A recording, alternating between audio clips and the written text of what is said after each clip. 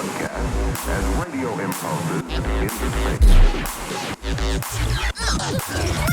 all necessary heard on every radio telescope on the entire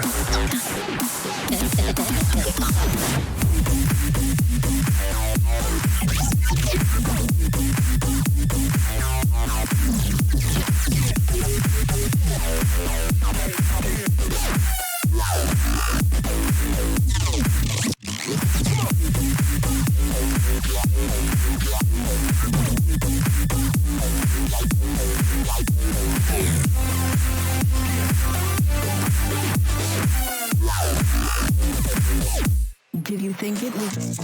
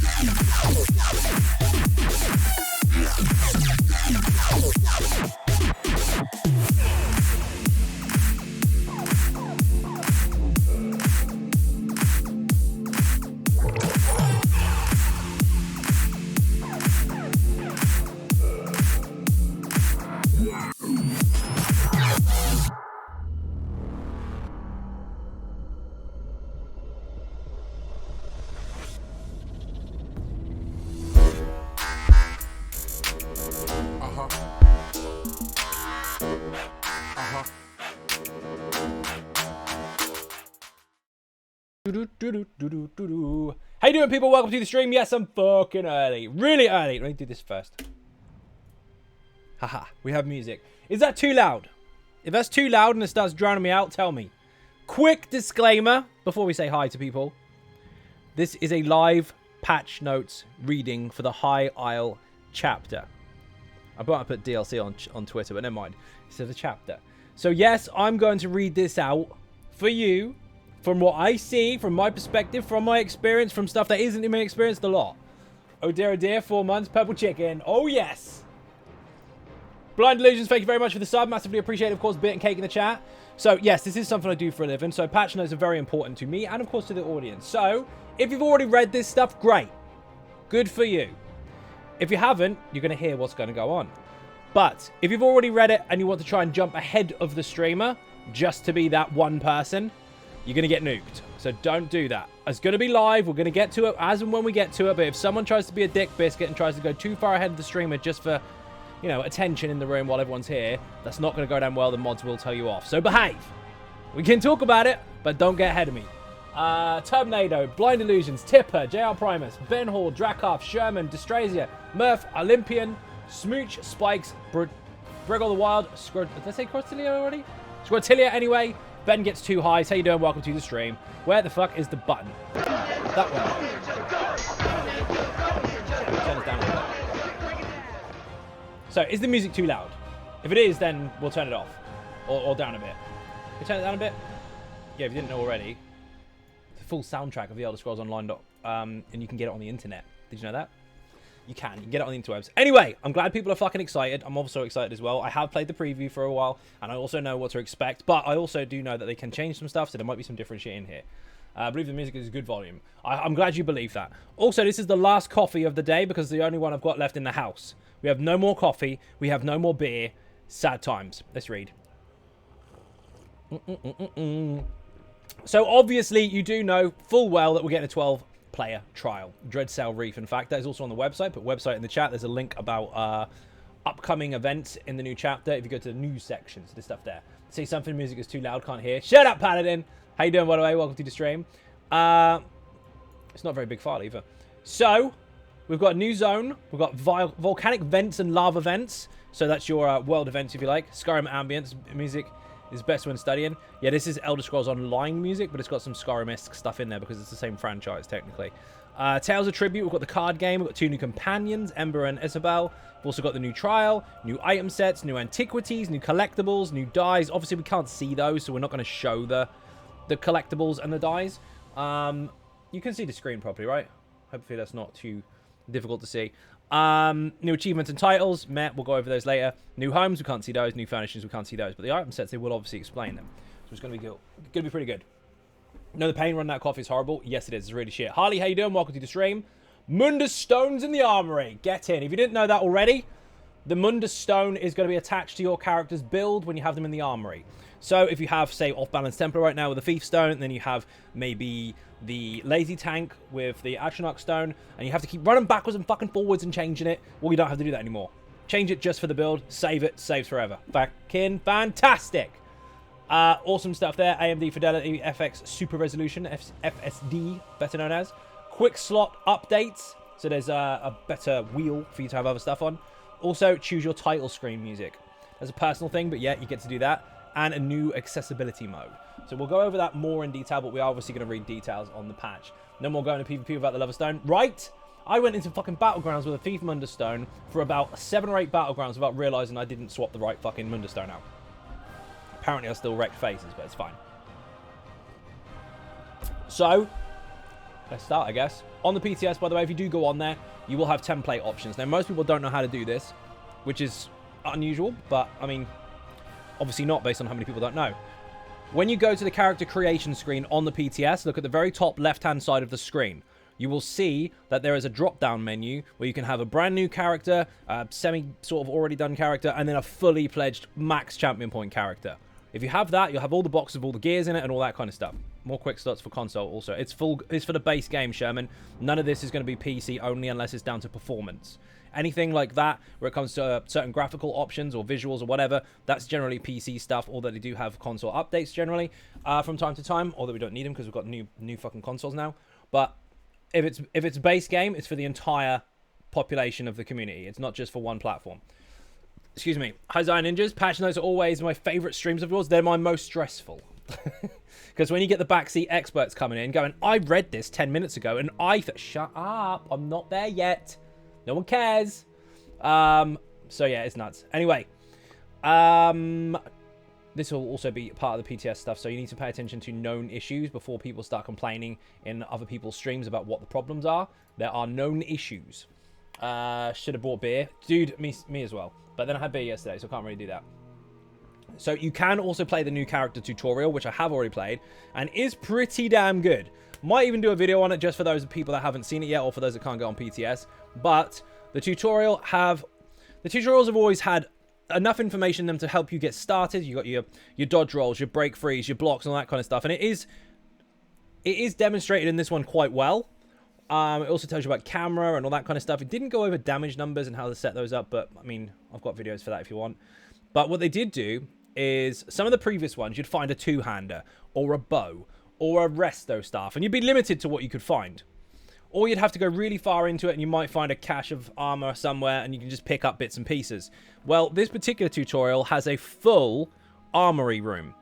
There are literally several tables all laid out, a full body kit of light armor, a full body kit of medium, a full body of heavy, every single weapon type you can think of, so you can literally pick up what you need straight away. In fact, if you're quite clever and you're making a new character on the new chapter, you could literally just slot 3 pieces of armor and then slot 3 more and then slot 3 more and have all your skill lines unlocked at once, which is pretty cool. Also, belts they now have a model. So you can't pick up belts in the overland or anywhere, in fact, unless you pick it up off of a dead body or out of a box. They aren't laying around on the tables. Now they are. It's 14:15. I need a whiskey. Please don't make it worse. Patch Notes Reader guy. Pion, how you doing? Welcome to the stream. Also, Diane Howell, Matagon, not Matagon, Mathematic. Welcome to the stream. So there are 6 delves, 4 in High Isle, 2 in nearby Amenos. Amenos? Is that how you say that? Someone's going to correct it, but you're going to put it in text. I'm going to read it exactly the same anyway, so fail. Each with its own Sky Shard boss and associated content. 6 challenging new world bosses. We'll see. Including the terrifying Stable Knight occupying the ruined castle on High Isle, or the crafty... how the fuck do you say that? Glemios? I don't know. Whatever. We've got several different bosses we're going to find. 2 public dungeons as well. Ancient Spire and Crimson Coin. Source of great legends and even greater treasures. We'll see. You said that about Thieves Guild, and now we can't pick up all the pots. But it's pretty cool. But we hide the shoulders. No! I wish they could make it so the monster sets had 2 shoulders, because some of them do, but most of them don't.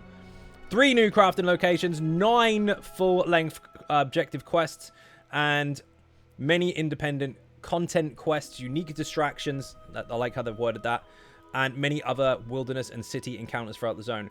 This is basically Elder Scrolls in a nutshell. If anyone asks you to explain what the Elder Scrolls is about, tell them it's about finding a really epic main quest, getting distracted as fuck because you saw a cave, then filling your bags with all the stuff you've got in the cave to the point where you have to keep running backwards and forwards to that cave to pick up all the stuff that you couldn't carry, and then 3 weeks later realizing you've forgotten to do the quest. That's what Elder Scrolls is.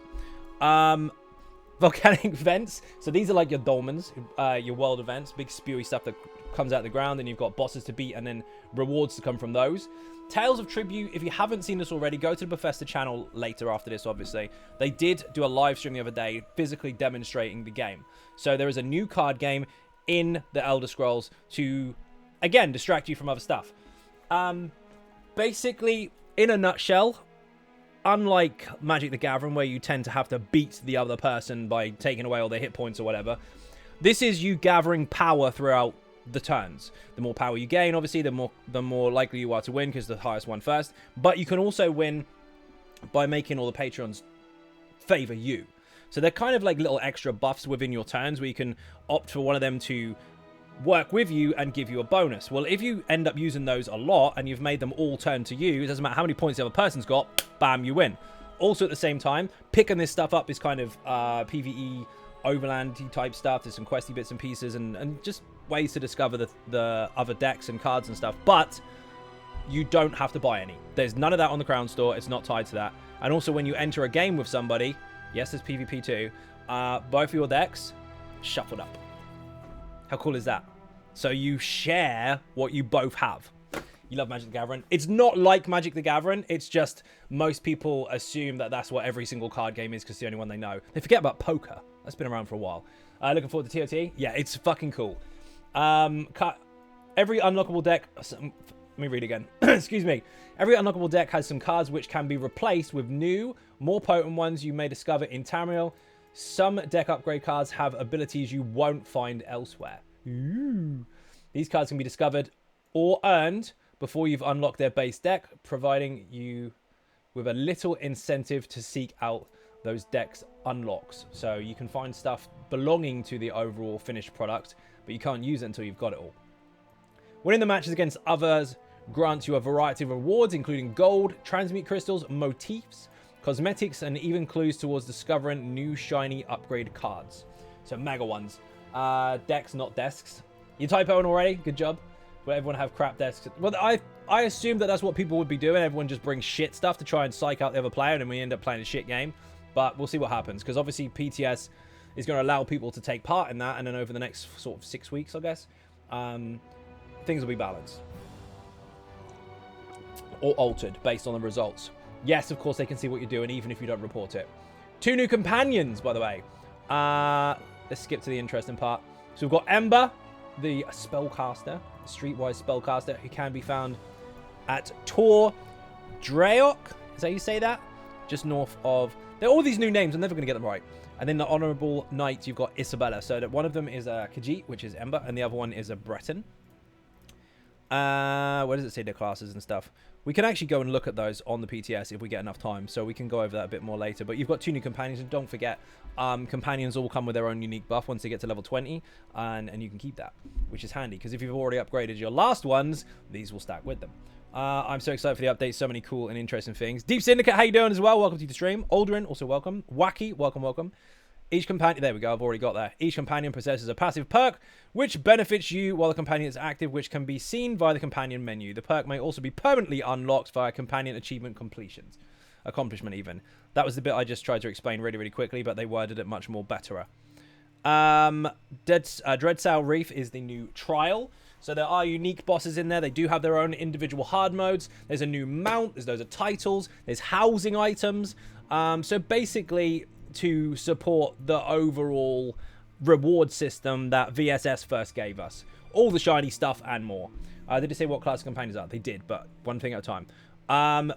In order to facilitate testing on veteran difficulty and ensure all aspects of the trial are adequately tested, hard modes are not currently active yet. Do you know what that alleviates?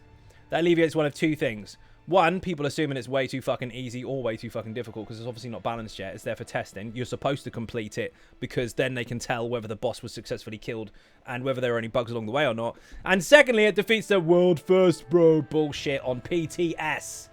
Public test server really doesn't count for that kind of stuff because nothing is balanced yet. Intentionally, they normally make it a little bit easier so you can go through the motions. It's no good having bugs on the last boss but no one can get to it. What's the point of collecting the cards if they go into a pool that your opponent uses too? Because theirs also goes into yours. You can both mix and match your decks together. So you could get it or they could get it. You kind of battle for it. Whoever's got the most points can spend it. Rav, how you doing? Welcome to the stream. So one of the companions is a necromancer, by the way. Just a brief spoiler. We are going to look at that on the PTS in more detail to show you what they both do, but one of them is a necro, so spoilers. Let's get into the sets, I guess. Overland. If you haven't seen these on the website already, put new sets in the chat. You might see some changes, you might not. So, Overland, Blessing of the Isle, light armor set. Magicka, Mag Recovery, and Magicka. When you are healed while in combat, increase your weapon and spell damage by 369 for 5 seconds. So as long as you're getting heals, you get an increase to weapon and spell damage. And to be perfectly honest, on paper that looks really nice. You are going to get that pretty much all the time. However, the one problem you're going to have is when you compare it to other sets that have increased spell damage, they're probably going to outperform. Just depends how difficult their application is to you. However, bear in mind they do stack, so that's also a benefit. Ember Sork and the other a Templar. One of them is a Necro. At least I think it was a Necro. Did my brain stop? Maybe I put that wrong in the video. No, I'm pretty sure it was a Necro. You got me double checking myself now. It's also got 2 suits of cards, only combo, and 2 suits you choose. Yes. Necro. That's what I said. You've made me double check myself. Anyway, moving forward. We've got the medium set here, which is stamina recovery, stamina, and stamina. So pretty much the same as this, but the stamina variant. And while you have a food buff active, reduce the cost of your core combat abilities. So that's your basic stuff, not your actual skills. Now your brain hasn't stopped. There's a Necro. That's what I thought. Well, I know it is, but I double-checked myself then for some reason. Why do I listen to people? I shouldn't listen. Nafi, how you doing? Welcome to the stream. Thank you for the follow, by the way. Yes, the cat is a Necro. I even put it in my video. My brain completely fucking fizzled out then. The amount of information I've got to absorb and deliver at the same time is fucking insane. Sork for the win. While you have a food buff active, I read that one already. So basically dodge, roll, run, block and sneak and all that kind of stuff. Your core combat abilities, anything that you would use your bars for that don't actually count as active skills, that applies to that. Blue skill are for Necros, are they not? We're moving on, colours. It was in the video. I think it was in my video or Zoss's video. We're going to be a long fucking day if we keep stewing over that shit. They had a video of the cat doing some magical shit, and I think she raised the skeleton or something or other. It's in the video. Heavy. Stamina. Health. Stamina. When you bash an enemy, place whatever the fuck that word is. It's a character. Sestri's Scowl on them for 15 seconds. When hits by a light attack, a target with the scowl on them takes 1973 frost damage up to once a second. So you bash the enemy, it puts a 15-second thingamajig on them, and all light attacks hitting it with a 1 second gap do frost damage. It's pretty cool. She turned people into chickens. She did turn people into chickens. This is mega. And if you don't understand this, or damn it before you understand it, then let me explain. 1, 2, 3, 4, 5, 6, 12 pieces. A 12-piece crafted set. Health, magicka, stamina. Health, magicka, stamina. Health, magicka, stamina. Health, magicka, stamina. Every single piece gives you a bonus, even the first one. Why is that useful? 1, great. You can have a crafted set straight away, which is just fucking stats all over the place. You could mix that with weapon and spell damage glyphs and weapon types and all that kind of stuff and mix it all up. But you've got loads of health and loads of flat resources. That's on paper or even on a basic character quite helpful. But look at this in more depth. Don't look at the stats and what it does or doesn't do to you as a player because you can't hit a dummy with 200k DPS. Look at this as the first time we've ever seen a 12-piece set. And consider that things like this don't get produced for no reason. This is the first one we are likely to see. We're going to see more. Almost guaranteed. Don't take my word for it, but generally it's a waste of resources if they make something very unique and never actually act on it in the future. Same with antiquity, same with companions, same with merchants. Anything that gets used that is new, there'll be more. So we might see 4-piece sets, we might see 6, 7, 8, 9, 10, 11, or 12, or whatever. This is giving us more choices down the line. And not only that, if you do want some of these stats, and you've got, say, three pieces left, most 3-piece sets won't give you all 3 of these. Maybe a monster set will give you 2 or half of each one of them, but this as a per piece bonus is actually really nice to fill some slots with. Really happy to see this. Very different approach to sets. Yeah, it's very cool. Buddha, how you doing? Welcome to the stream. Just turn people into chat. I've read that one already. So again, it's not a bad set. It's very nice flat stat-wise. It does have the ability for you to now fill any setup you've got with a 1, 2, or 3 if that's what's left. And also, when it comes to your spare pieces, because some people like to use mythics, monster sets, a 5-piece or whatever, and all these different things together, you sometimes have one spare and you don't know what the fuck to do with it. Like, well, I can't put another mythic on. There's no point me putting a 1 piece of a set on because I don't get a bonus until 2 pieces. So what do? Just put a random crafted piece on. If you're in one of those situations, well, you're guaranteed to get health out of the 1 piece. Fucking brilliant. Order's Wrath. So this is crit chance, weapon and spell damage, crit chance again, and massive crit chance again on a crafted set, mind. Very, very nice. 2 crit bonuses is usually the cap or max bonus for most everyday sets, apart from obviously Mother Sorrow and Medusa. But generally speaking, you normally get 2 bonuses. So Reliquin's got 2, Briarheart's got 2, Julianus and Hunders, they've all got 2. This has got 2 as well, but this big, big bonus at the end. Also, it increases critical damage and critical healing by 8%. So you've got a flat-out 8% crit damage bonus alongside a nice crit chance bonus, both together on the same 5-piece. Double dipping on 2 bonuses at once is actually pretty nice. What's this? Stamina, health, and magicka increase the duration of status effects you apply by 16 seconds. Okay, so this could be really, really good, or it could be a little bit messy. Because your assumption is, ooh, really long status effects. That means I'll be more powerful. Will you? Because if you're a DK, you don't want really long durations. You want constant procs. Because each one will give you magicka or stamina back, depending on which poison or fire you make happen. If you're going for minor maim, I mean, that's quite nice. Or pushing for anything like that. If you over-proc it and your uptime is really, really high, this is where you might have to claw back on your status chance. So dump your charge weapons and use something else. It's a trade-off. Some status effects might appear to be really, really nice, especially if you've got hemorrhage and shit like that. But then if you need to activate them all the time for their initial hit, then obviously you don't want to mess with that. So it's tricky. However, a few things to consider. Balls, what the fuck is it called? Concussion. If you have a 16-second uptime on that, on top of the 3 or 4 that you get initially, that's almost 20 seconds worth of uptime on that. You're basically guaranteeing off balance in our Lightning Wall of Elements. While I do have builds that supply that anyway, on call, I mean, this almost guarantees that is never going to have any gaps.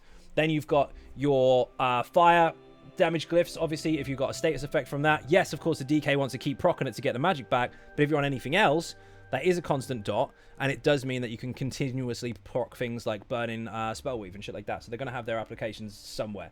So the health bonus for Druid is better than the 1-piece trainee. It's pretty good. It is good.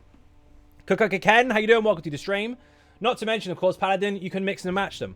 So you could put actually 5 pieces of trainee and then smash like a further 7 pieces of the druid set on and stack them together. There's also going to, again, you wouldn't want to have high status chance if your proc amount was going to outplay how many seconds this gives, but in some situations you will. Again, with bleeds, yes, it's nice to have really high chance to apply hemorrhage, but the uptime on it, because it's a debuff to the health bars, guarantees a much more controlled situation than just, oh, my chance is high, it's probably going to happen. That one, you're guaranteed to control it, and it's longer than Pulsar as well.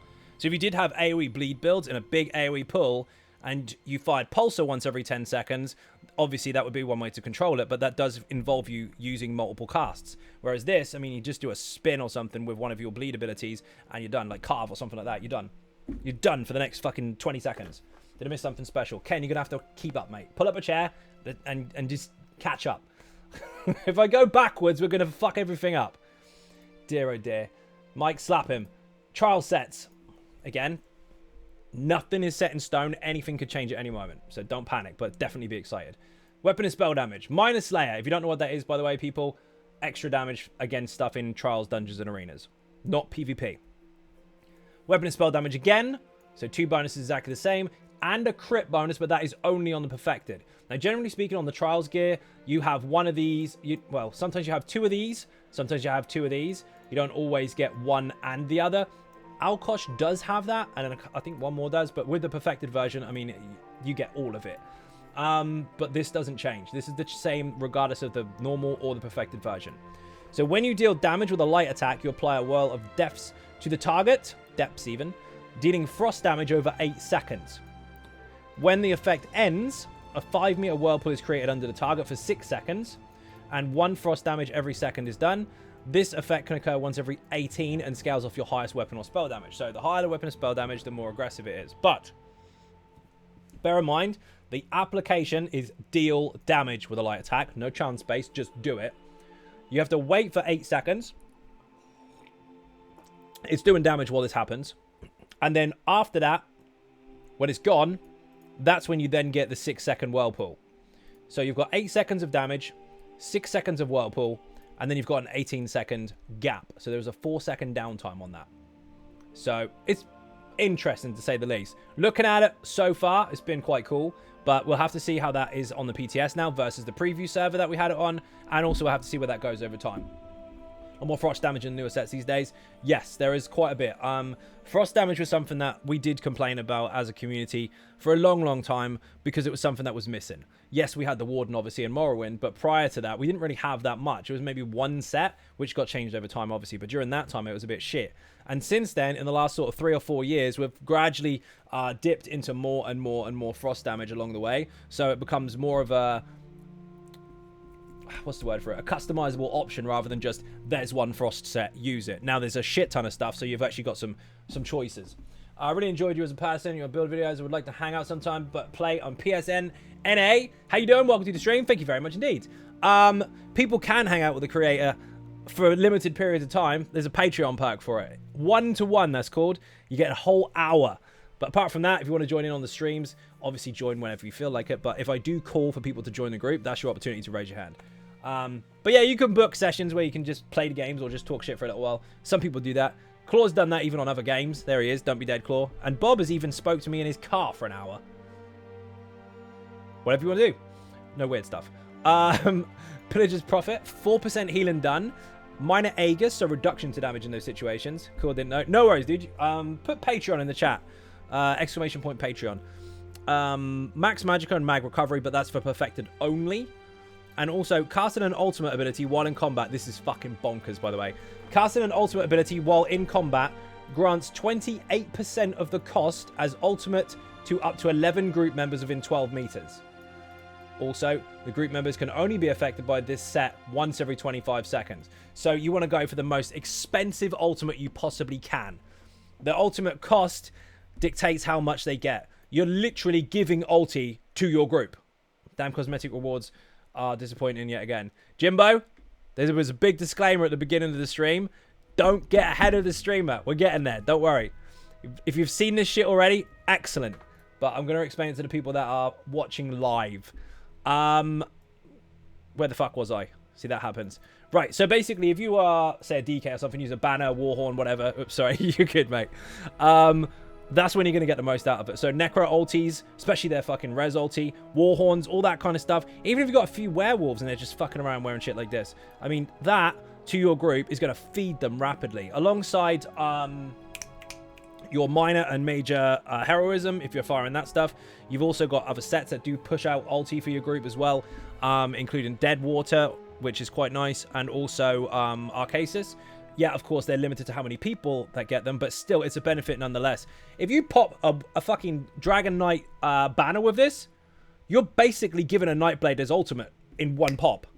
That's one in-cap instantly. They pop a potion, get a couple of kills, bang, they're doing it again. It's bonkers. So, while I did make a video about the potential of damage going down overall, shit like this is just going to push it back up again. That may look like it's not an overall damage boost to your group since it just feeds them ulti, but look how fast they're going to be able to spam the fucking things. Also, since this can be done every 25 seconds, you can get your potion cooldowns down to 29 seconds with potion, glyphs, and infused traits. So you can actually make it so that every time you have your potions ready for your Nightblades, you can boost ulti and spam the expensive ones. So if you're on a Nightblade healer, for example, you can pop potions all day long, fill your ulti really, really fucking fast, faster than anybody else, and fire your big ultimates, maybe a barrier, a Destra ulti, Warhorn, whatever, much faster than anybody could normally do it. That means that this gets a much, much better kind of application or much more use, as long as you can maintain the big ones, obviously. Man Bear Nug, how you doing? Welcome to the stream. Mike as well, welcome. We did do just, there's a lot of people in here at the minute, so I'm going to make sure I do this again, just one more time. Live patch note readings are quite stressful because I've got to take in a lot of information and explain it all at the same time, as well as retain a lot of information I already knew and explain it live. So if people have read the patch notes already, great, but don't spoil it for the rest of the stream because we are going to do it in order. Just keep up if you've just come in, and of course make sure you say hi in the chat. Raccoon, how you doing? Welcome to the stream. There was a disclaimer in the chat for no backseat experts because they forget who does this for a job. A couple of DK wearing this could keep 100% banner uptime. You could. I've already messed with it a very little amount on the preview server. I'm going to do a lot more on the actual PTS, but without going too far into that, the short answer is you can. It's fucking mad. There's so much ulti regen in the game right now, especially with passives and bonuses and group supporting abilities and sets and shit. It's pretty fucking mad. Not to mention if you were using, say, a cheaper ulti, that becomes borderline spammable. So Dawnbreakers, in-cap, fucking shield discipline. Oh my god, all that kind of stuff. That would be nuts. And also this says, casting an ultimate ability while in combat. It does not say not applicable in PvP. Oops. So you have someone building up massive ulti, spamming out barriers, warhorns, res ultis, whatever, and you're all sitting there with a sword and board on your back bar with fucking shield discipline. You're all rocking permanent block while running around slapping with two-handers. That's disgusting. Anyway, enough of that. So Coral Riptide, crit chance, offensive penetration, and minus layer, obviously. But you've got an extra offensive pen bonus as a perfected benefit. Look at that with a sub. Thank you very much. Oh, yes. You know the rules, people. Beer and cake in the chat. Thank you for the sub. Blind Illusions is Dragonborn, by the way. We're going to press that for a moment while I take a breath. Where's the button? Dragonborn. Oh, yes. Fight. You know how it works, people. I've got a template that's all about generating ulti. But the thing is, if you're using shoot and star, you're already generating ulti really, really fucking fast. So, I mean, with someone giving you like 70 ulti every 25 seconds, it's just a bit over that, depending on how expensive your ulti is. You can actually basically replicate the basic generation for ultimate that you already have. So you get 3 ulti every second for doing a light attack or a heavy attack. Listen very carefully. That's for 8 seconds. So 1 light attack or 1 heavy attack. For the next 8 seconds, you get 3 ulti a second. You don't have to spam light attacks and spend loads and loads of soul gems on glyphs. Just 1 every 8. This, with this one here, even the one we went over a moment ago, if you have a very expensive ulti, and I had calculated this with lots of different ones, but let's just say the extremes, you can end up giving your group the equivalent of an extra 3 ulti regen a second. That basically means you can fire ultimates at twice as fast as you would do normally. It's really mad.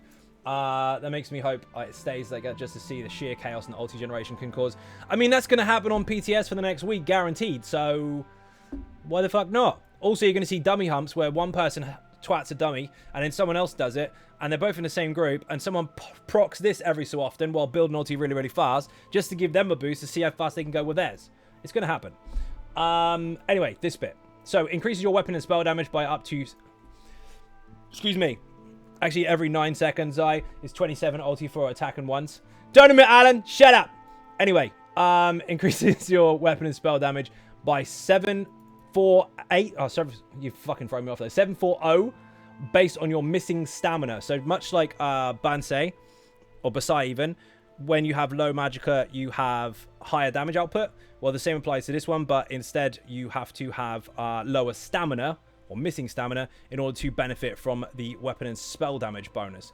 Bear in mind, yes, of course they would stack, but that would be some extreme resource management. Pearlescent Ward, heavy set even, the trial heavy set. Yes, Perfected will give you extra health, but you don't have to worry about that at the moment. The normal stuff will ignore that. The Perfected will give you that. The rest is still the same. So health, minor Aegis, and heal and taken, and grants you and up to 11 other group members a Pearlescent Ward, which increases weapon and spell damage by up to 180 per member, but it's based on the amount of group members that are alive. However, if they die, then the amount of people dead will boost the resistance of your group, which is pretty good. Increases damage reduction. How fucking cool is that? Now, it's not resistance as in flat resistance, like you have 50% resistance with having 33k resist. This is mitigation full stop on top of that. Oh dear, Raccoon. Have a day off.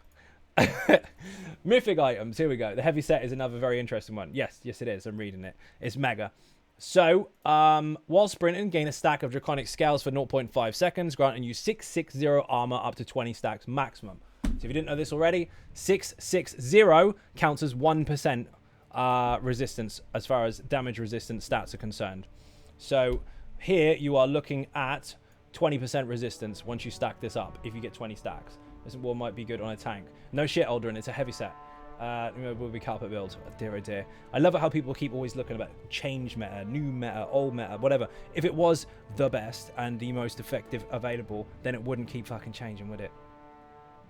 There's no such thing in this game. Get over it. There's choices, and it's just up to you which choices you take. However, if you have found what you like and you want to stick to it, nothing wrong with that. Dodge. This is fucking disgusting. Disgusting. This is getting fucking nuked before it even starts. Have you seen this shit?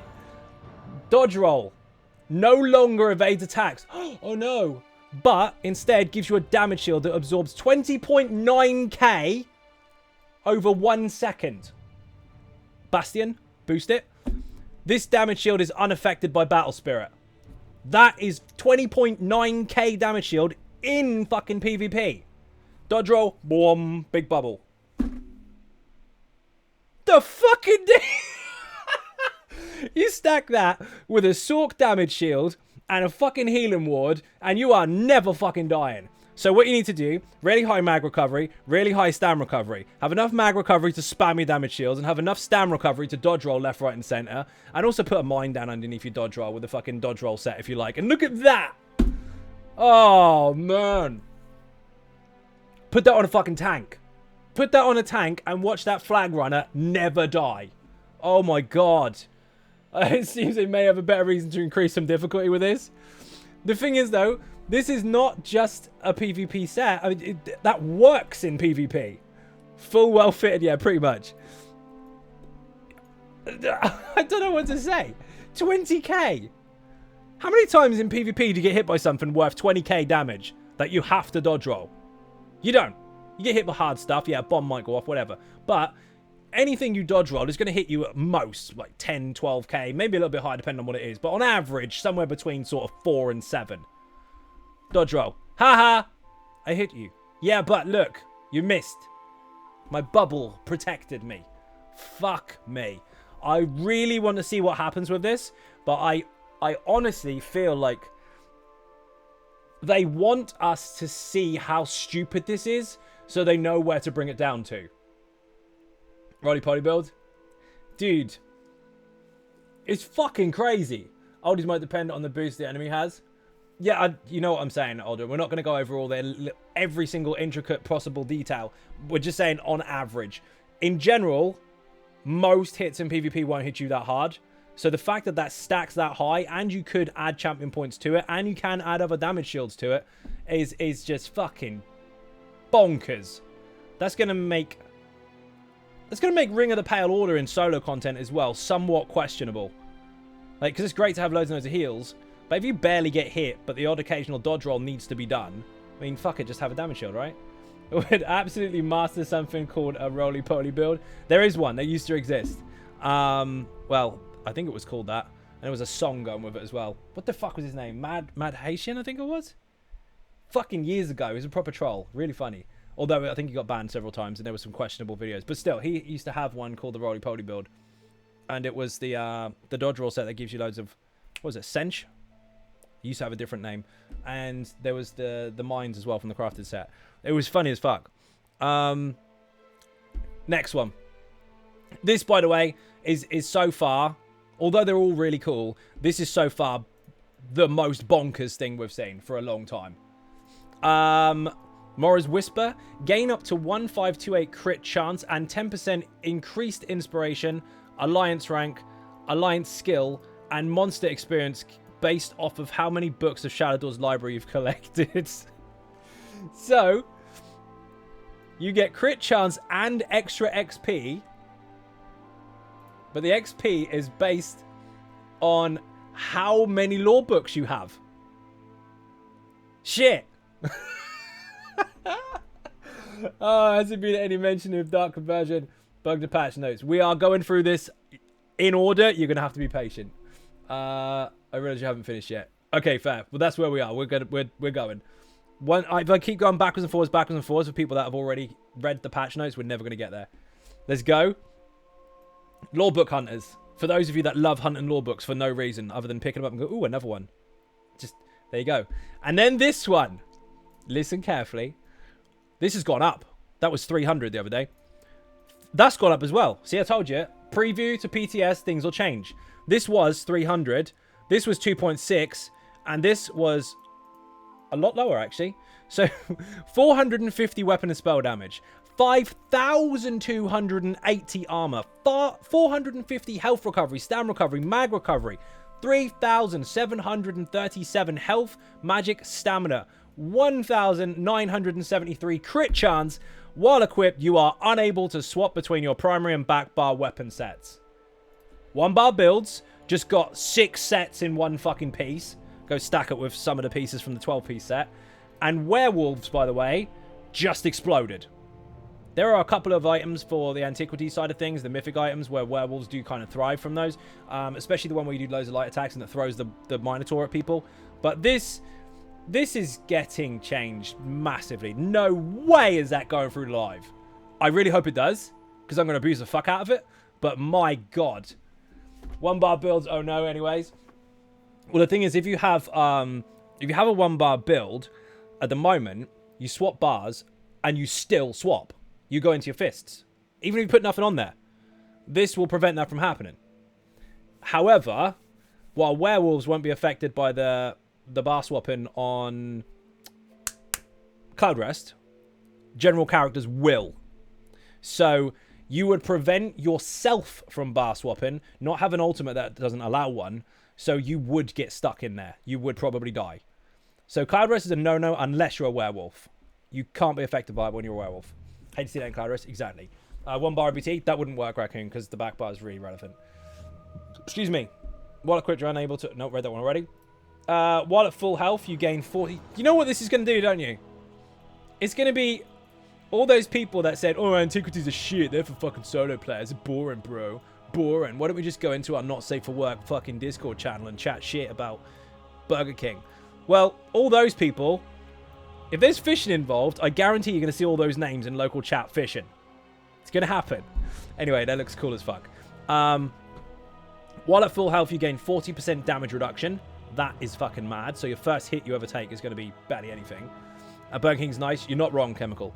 After taking damage while at full health in combat, your Serpent's Rebuke for 10 seconds, snaring yourself by 40% and gaining Major Berserk and Major Courage, increasing damage done and weapon and spell damage by 430. The damage reduction does not apply while the Serpent's Rebuke is active. Snaring you... Oh, fuck. So, basically, the first hit you take is going to give you fuck all in way of attack. Like, it's not going to hit you that hard. But then after that, you slow the fuck down and you hit harder. I have a question. What about if the enemy's running away? How you going to fucking catch it? I know, curious and really Bird King not safe for work. Yeah, probably. You don't want to ask that, dude. I wouldn't even Google it. What's up, Zion Ninjas? Alistair, how you doing? Welcome to the stream. One Butcher Effector runs. Well, they did it already with a fucking werewolf. But, so, you can face tank the first hit. Then you're really slow because the face tank hit was so hard. Like, fuck. And then you hit really hard, but you can't catch your enemy.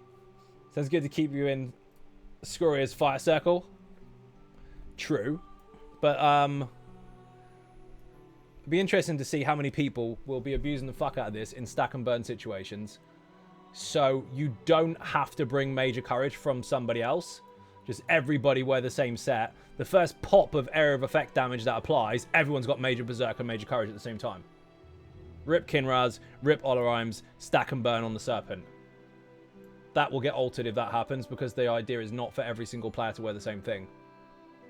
But then how many of them want to wear this instead? And just take the buffs. Oh, man. Master Chat here. So, how you doing, Cooking? I wonder if the 40% mitigation would be good on Almost Immortal Warrior. You'd be too slow, dude. Because he's already using Unstoppable Brute. Or Immovable Brute. My builds are irrelevant. You won't get any updates on them until it's ready anyway. Where are we? New Antiquities.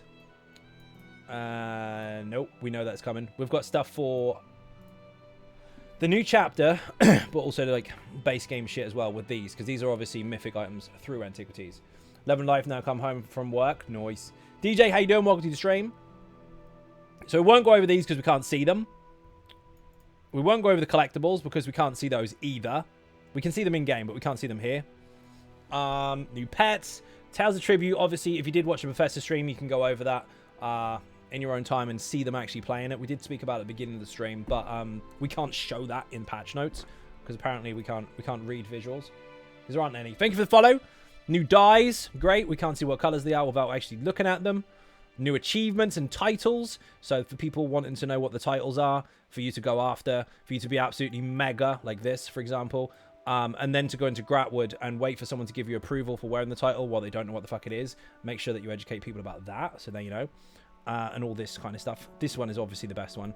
Quests complete. My voice is going. New homes. Yes, there are 2 new houses. New furnishings. 50 more plans.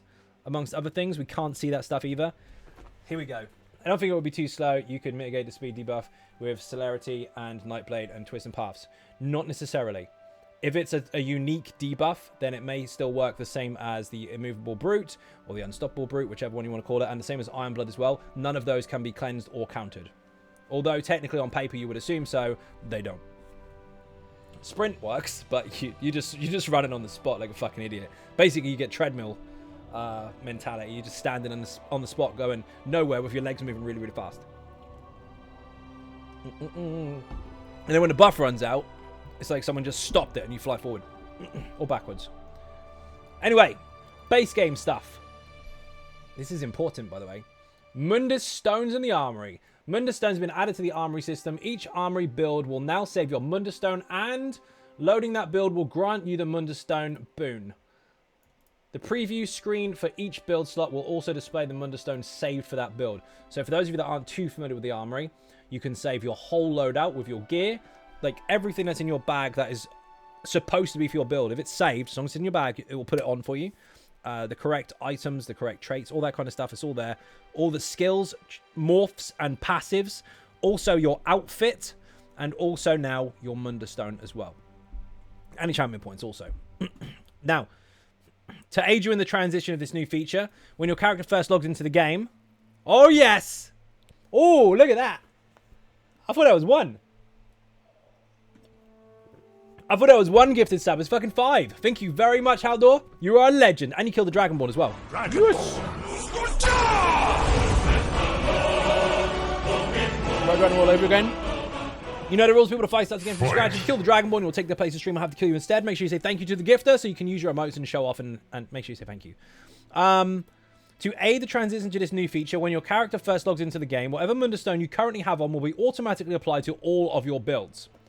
You can still manually update any particular build later on by loading that build, obtaining the desired Mundustone, then saving it again. So, why they've done that, if that isn't at all confusing, and some of you are going to get an advert unless you've got a sub, shit, is because at the moment, your other builds would have no stone on. So the soon... You didn't hear the alert? What the fuck? My bad. You will now. If someone subs, you'll hear it.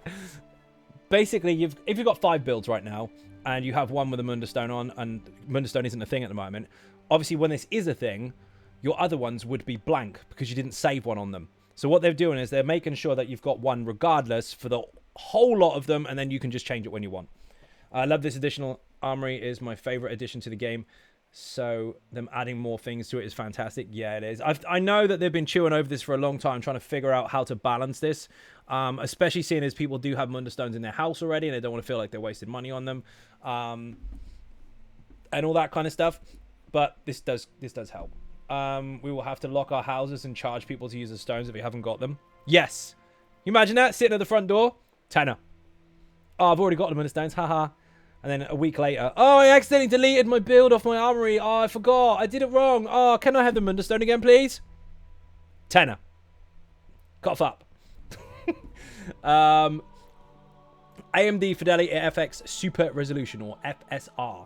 In Update 34, we have added support for Fidelity FX Super Resolution 1.0. This upscaling technology is available for all graphics cards and can be used to improve performance for those who are bottlenecked by their GPU while playing ESO.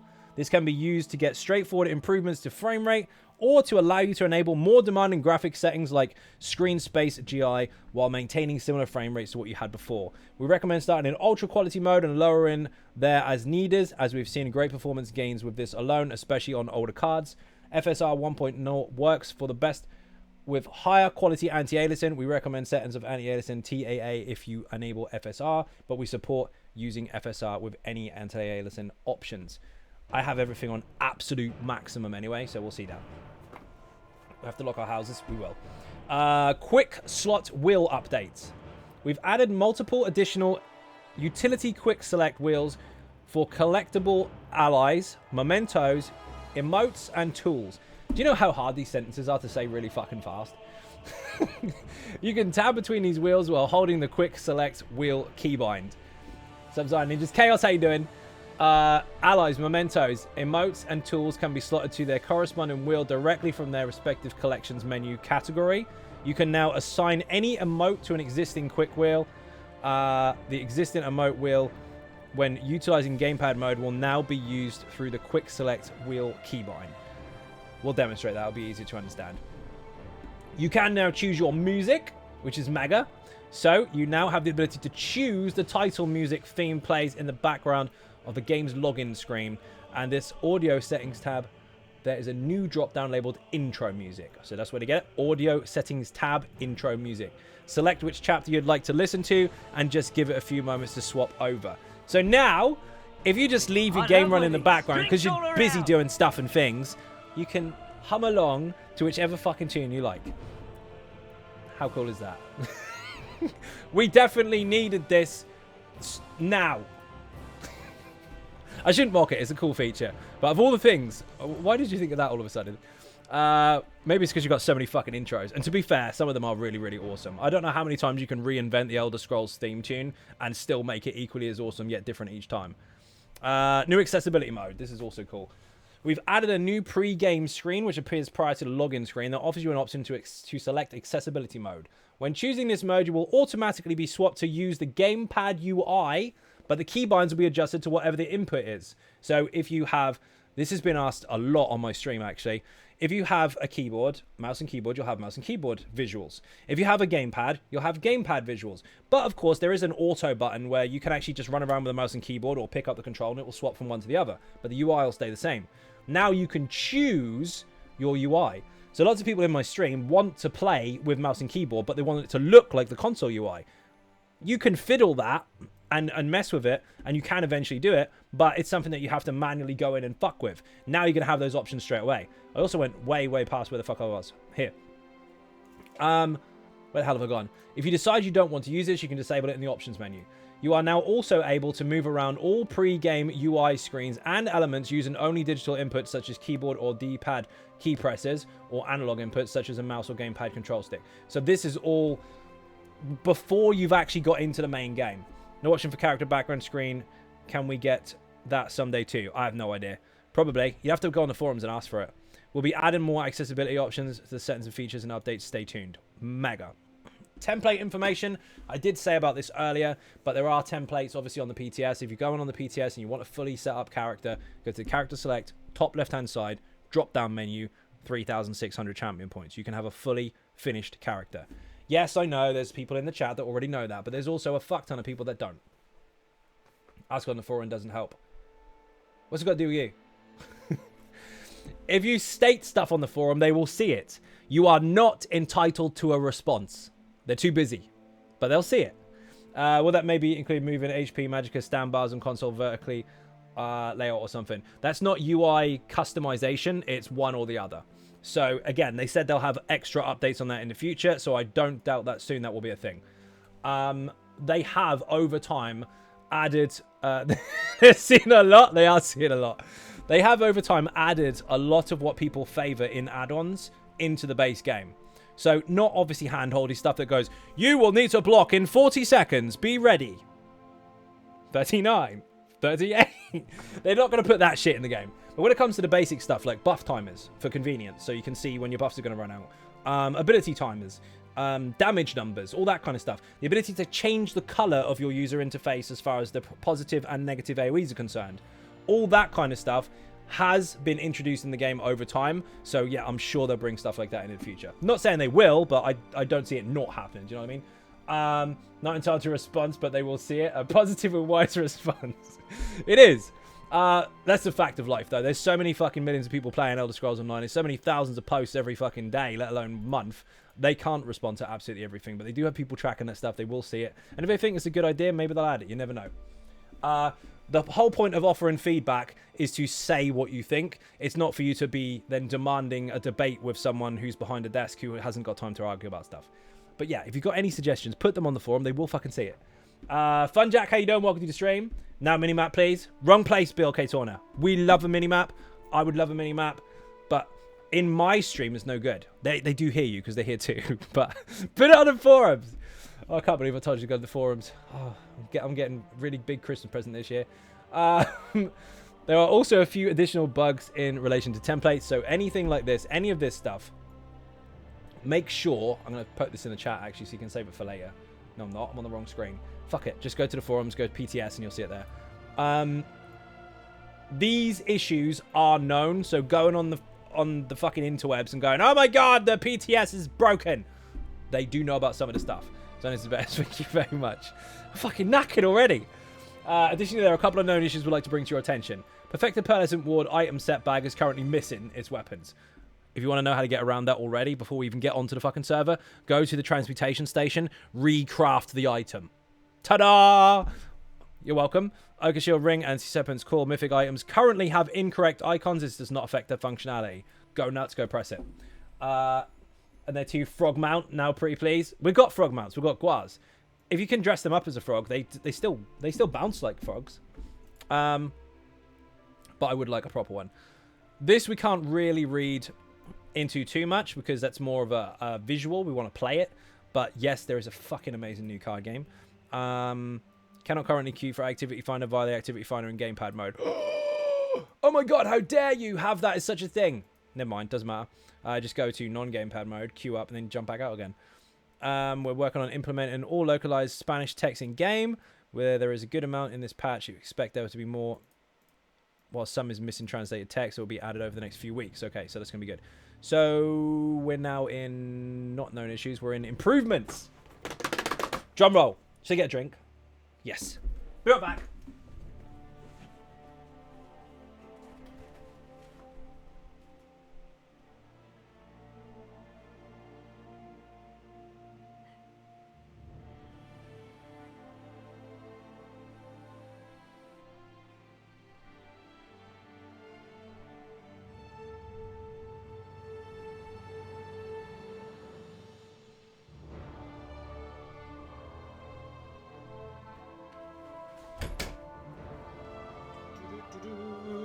Okay, I'm back.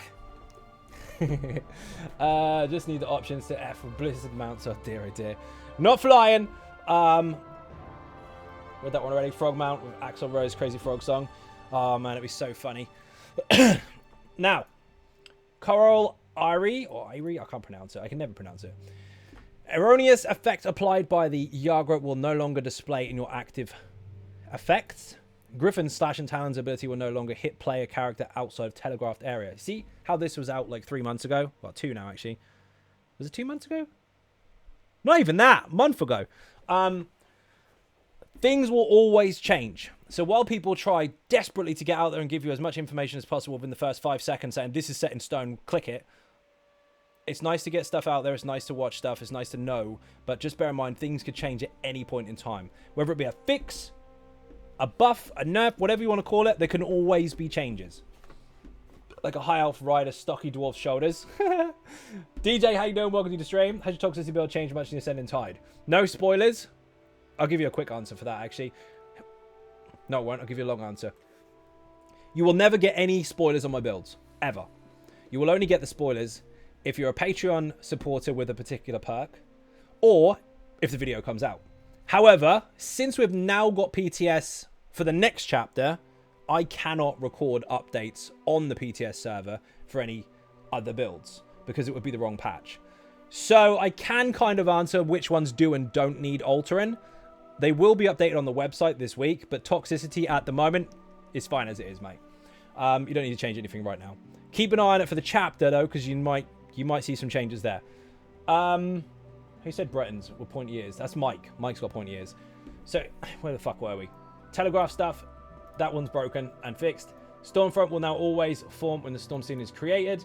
There is no longer erroneous icon for Mind Link. And the short commute achievement will now always be rewarded when conditions are met. So it was a broken achievement. Some things that weren't hitting quite as they should. Some visuals that were there that shouldn't have been there. This kind of stuff happens all the time throughout the Elder Scrolls Online. You're constantly going to get fixes, updates, changes, whatever. Just bear in mind, nothing is ever set in stone. While something might be released, things could always change.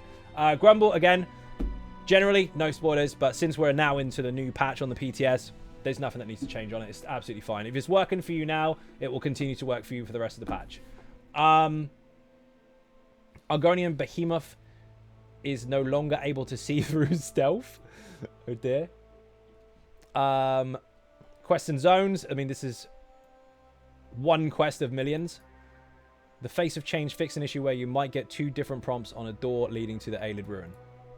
Fair enough. Thanks, dude. No worries, dude. You're welcome. Dark Brotherhood, however you pronounce his name. Rockthrower is no longer as vigilant as he once was. See, again, all minor fixes for overland stuff, previous patch, NPCs and quests and bits and pieces. What the fuck? Anvil's guild trader no longer refuses to deal with criminals. The whole town is rotten. I tell you, rotten. That's Gina, that is. That's classic Gina. She puts in a lot of jokes in the patch notes now. It's quite funny. That link isn't going to get you the patch notes. Because it's the wrong one. The patch notes are on the forum. I know people like to join streams to get the link to the forum and then leave again, which is fine, but you don't have one today. I didn't put that in there. Just go to the forum, go to the public test server page. It's at the top.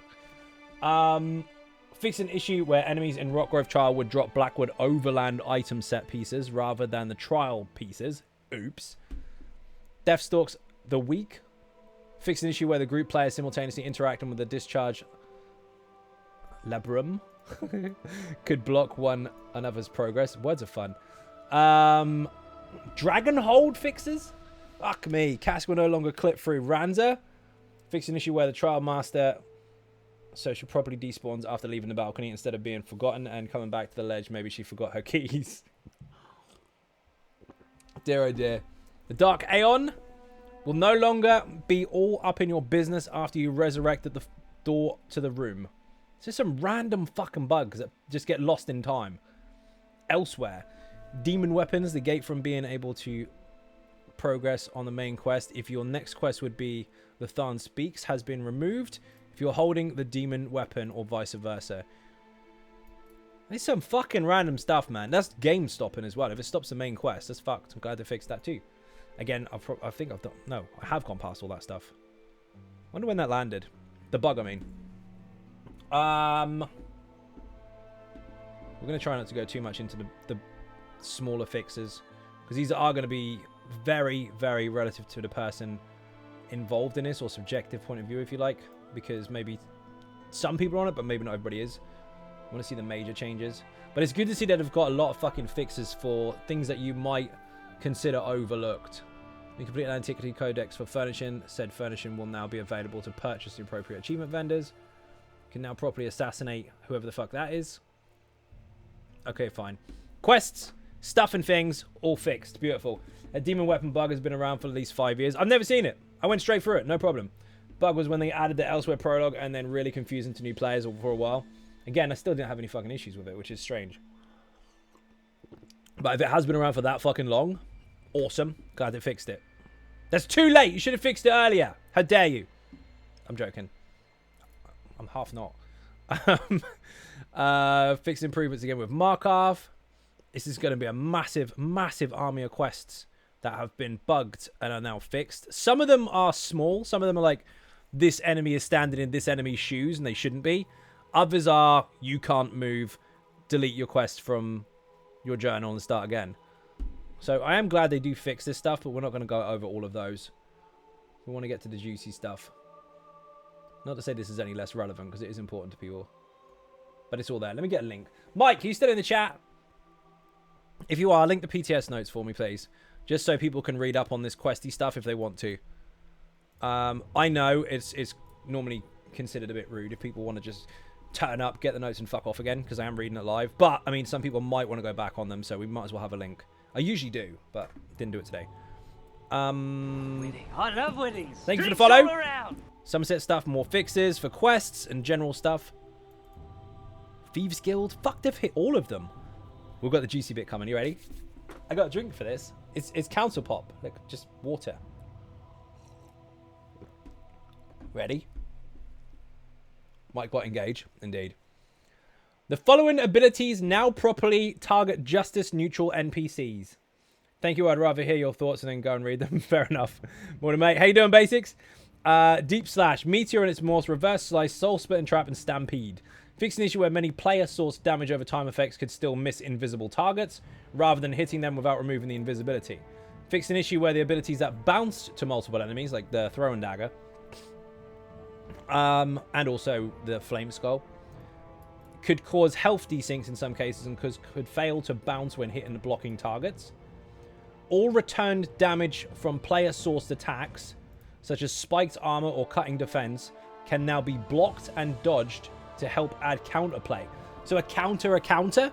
You hit someone, the spiked armor returns, and you dodge it? Okay. Unless they just mean the initial cast of it, in which case, fair enough. You could dodge it anyway. You should be able to. Fix an issue where the numerous abilities would not obey line of sight. So, Arctic Wind and its morphs to damage. Blazing Shield. Bone Totem and its morphs, the Fear.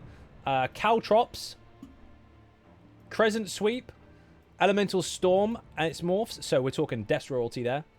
Counter with a counter, right? So what about if your dodge roll did damage?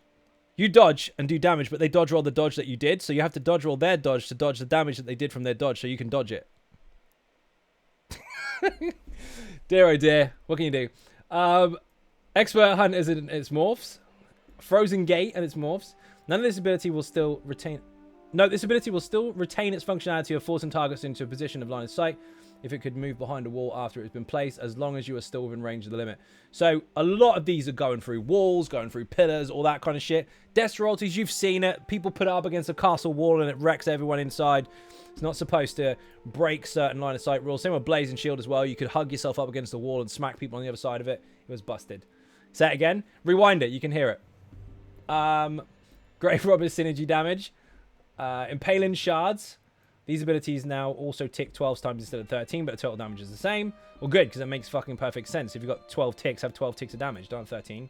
I know, the initial does, but it's not supposed to. Lacerate and damage morphs. Mage Light. Negate magic. Permafrost. Fucking hell, man. Permafrost. Power extractions. Restraining poison. This ability now properly grants major vitality, even if it hit no targets. Revealing flare. Solar barrage. Spear shards. Time stop. Unstable and volatile familiar and volatile armor. There's so many things that are going through line of sight, going through walls. Fucking hell. That's mad. Okay, ready? Ready? Are you excited? Should we give you an advert? I'm joking. There probably will be one soon. Fiery Breath. Engulfing Flames. Reduce the flame damage taken bonus on this morph to a maximum of 6%, down from 10. The total sum of weapon damage and spell damage needed to reach the cap remains the same. If you're not familiar with this particular morph, basically the Dragon Knight skill line, I'm getting there, Jim, don't worry, has a bonus where the higher your weapon and spell damage, the bigger the bonus you get from this skill, and the more flame damage everybody can do to those targets affected. So you've got to scale off weapon and spell damage for the caster, everybody else gets a benefit. Damage overall, which I did make a video about, on the preview, was a little bit lower from certain champion point nodes. The rest of the stuff was the same. A couple of CP bonuses that most people never use did get buffed a bit, but the overall obvious you must use this or else ones did get a bit reduced. Also, your mitigation got a bit reduced as well, to allow for more choices as far as playstyles are concerned. This here, I know 4% may seem a lot, and it's almost half a nerf. First of all, there's several weeks left. It could change. They might roll back on it. They might take it away completely. Who knows? But I think there is a fundamental problem with fire damage. So, bear with me on this one. Damage types, as they've scaled all these stats together and made everything a choice, damage types now only really matter for your status effect. So, physical and magic damage don't do any different if you spec into weapon and spell damage or whatever. They just have a different effect. So one will apply minor breach, the other one will apply minor magic steel. Poison and disease don't have any damage differences. It's just that one can apply a status effect which is damage, and the other one can apply a status effect that is a health negation. It's down to your status effects as to why these different damage types have different bonuses. That's it. Now, when it comes to the Destro staff, single target hits with a flame are higher. Area of effect hits are higher with a lightning staff. So those two do have a slight benefit and different approach to skills. But flame overall has a lot of buffs in terms of damage output versus anything else, just because of Encratis and the DK Breath. The DK Breath doesn't buff any other damage types whatsoever apart from fire. The only other one that buffs any other damage type apart from flat stuff is Morag Tong, that buffs poison. So fire and poison from very, very specific stuff. Everything else is balanced across the board. Weapon and spell damage buff, everything gets buffed. Increased damage buff, everything gets buffed. Major Berserk, everything gets buffed. DK Flame, just Flame. It's made Flame too much of a you must have this or else versus any other option, when the whole point of it is different effects are there for different outcomes afterwards, not to make one element stronger than the rest. So I still think this should be altered, not necessarily reducing damage, but make it have a full crippling effect that improves all damage types. So bring that down to about 3 or 4% and make it affect everything. Like, because you've burnt it, you've made their skin really fucking frail and all damage taken hits harder or some shit like that. Along the same sort of lines as vulnerability. But I can see where they're going with this because, again, quite frankly, over time, Flame on its own has not negated other choices, but has been a better preference for people because of that. It's 2022. Are you guys still playing ESO? Yeah, it is 2022. And yeah, we are still playing ESO. And are you still in a stream about ESO? Why do you look up stuff you don't like? Stupid notifications didn't work. H.G. Wells, how dare you? Anyway, that might change. Dark Talons. Reduce the cost in its morphs down to 3510, down from 4050. I don't see that being a massive difference. If you're using it as a tank, you're going to use it once every 10 seconds or so, depending on how quick you're pulling ads in or how many phases you go through really quickly. As a DPS, generally speaking, most people using that are using Elfbane, so it's got a massive duration anyway, so the cost isn't really that bad. But with it being less, I guess more people not using Elfbane possibly might use it more often. Hardened armor, increase the damage shield granted up to 24%. That was quite low in the past. That's pretty good. I don't know why, though.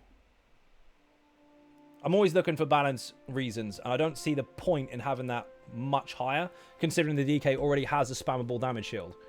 But whatever, we'll move on. The next spammable damage shield is probably going to answer the question. Patch notes is not a command that's going to work for you, Sniper. The old patch notes are on a different screen. I haven't saved them.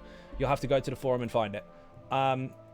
I appreciate people might want to read them later, but if you want to hear them while you're here, I'm already here.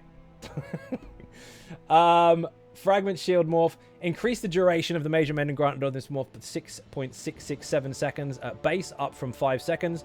Don't worry though, it'll reach a nice whole number when you have the Eternal Mountain passive maxed out. Okay? So for DK healers, or even if you're not, just want major mending without a resto staff heavy, that's improved time-wise. Necro. Still playing an MMO which is made to play long-term. Crazy. Right? I love it when people look up stuff they don't like and then talk about it. It's like, you're not cool, bro. Okay. Mystic Siphon. This morph now increases your health, magicka, and stam recovery by up to 150 while it is active, rather than restoring 1206 over its duration. Hang on. Oh, flat recovery. That's actually not that bad. I mean, it's almost the same. No, it's not quite the same as that. It's lower than that, actually. Quite a bit lower. Because recovery is calculated every 2 seconds. That is going to be not far short of... Not quite half, but it's going to be lower. But then if you stack it on top of your already... Whatever the fuck your base recovery is, on top of the rest of your buffs and bonuses... Since this doesn't count as a recovery bonus normally, and it's just a bonus they give you on top of stuff, this does add on top. This does multiply, so it could end up higher depending on how you build. If you build for really high recovery, this is going to benefit more than this normally anyway.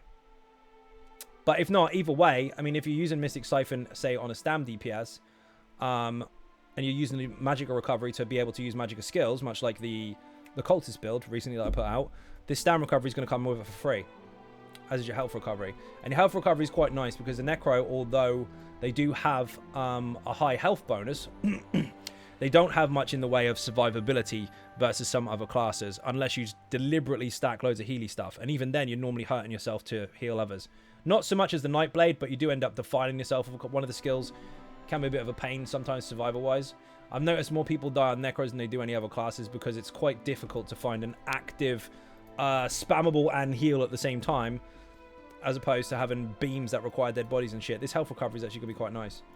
I don't think it's going to be game changing, but I think it might help you feel a little less squishy.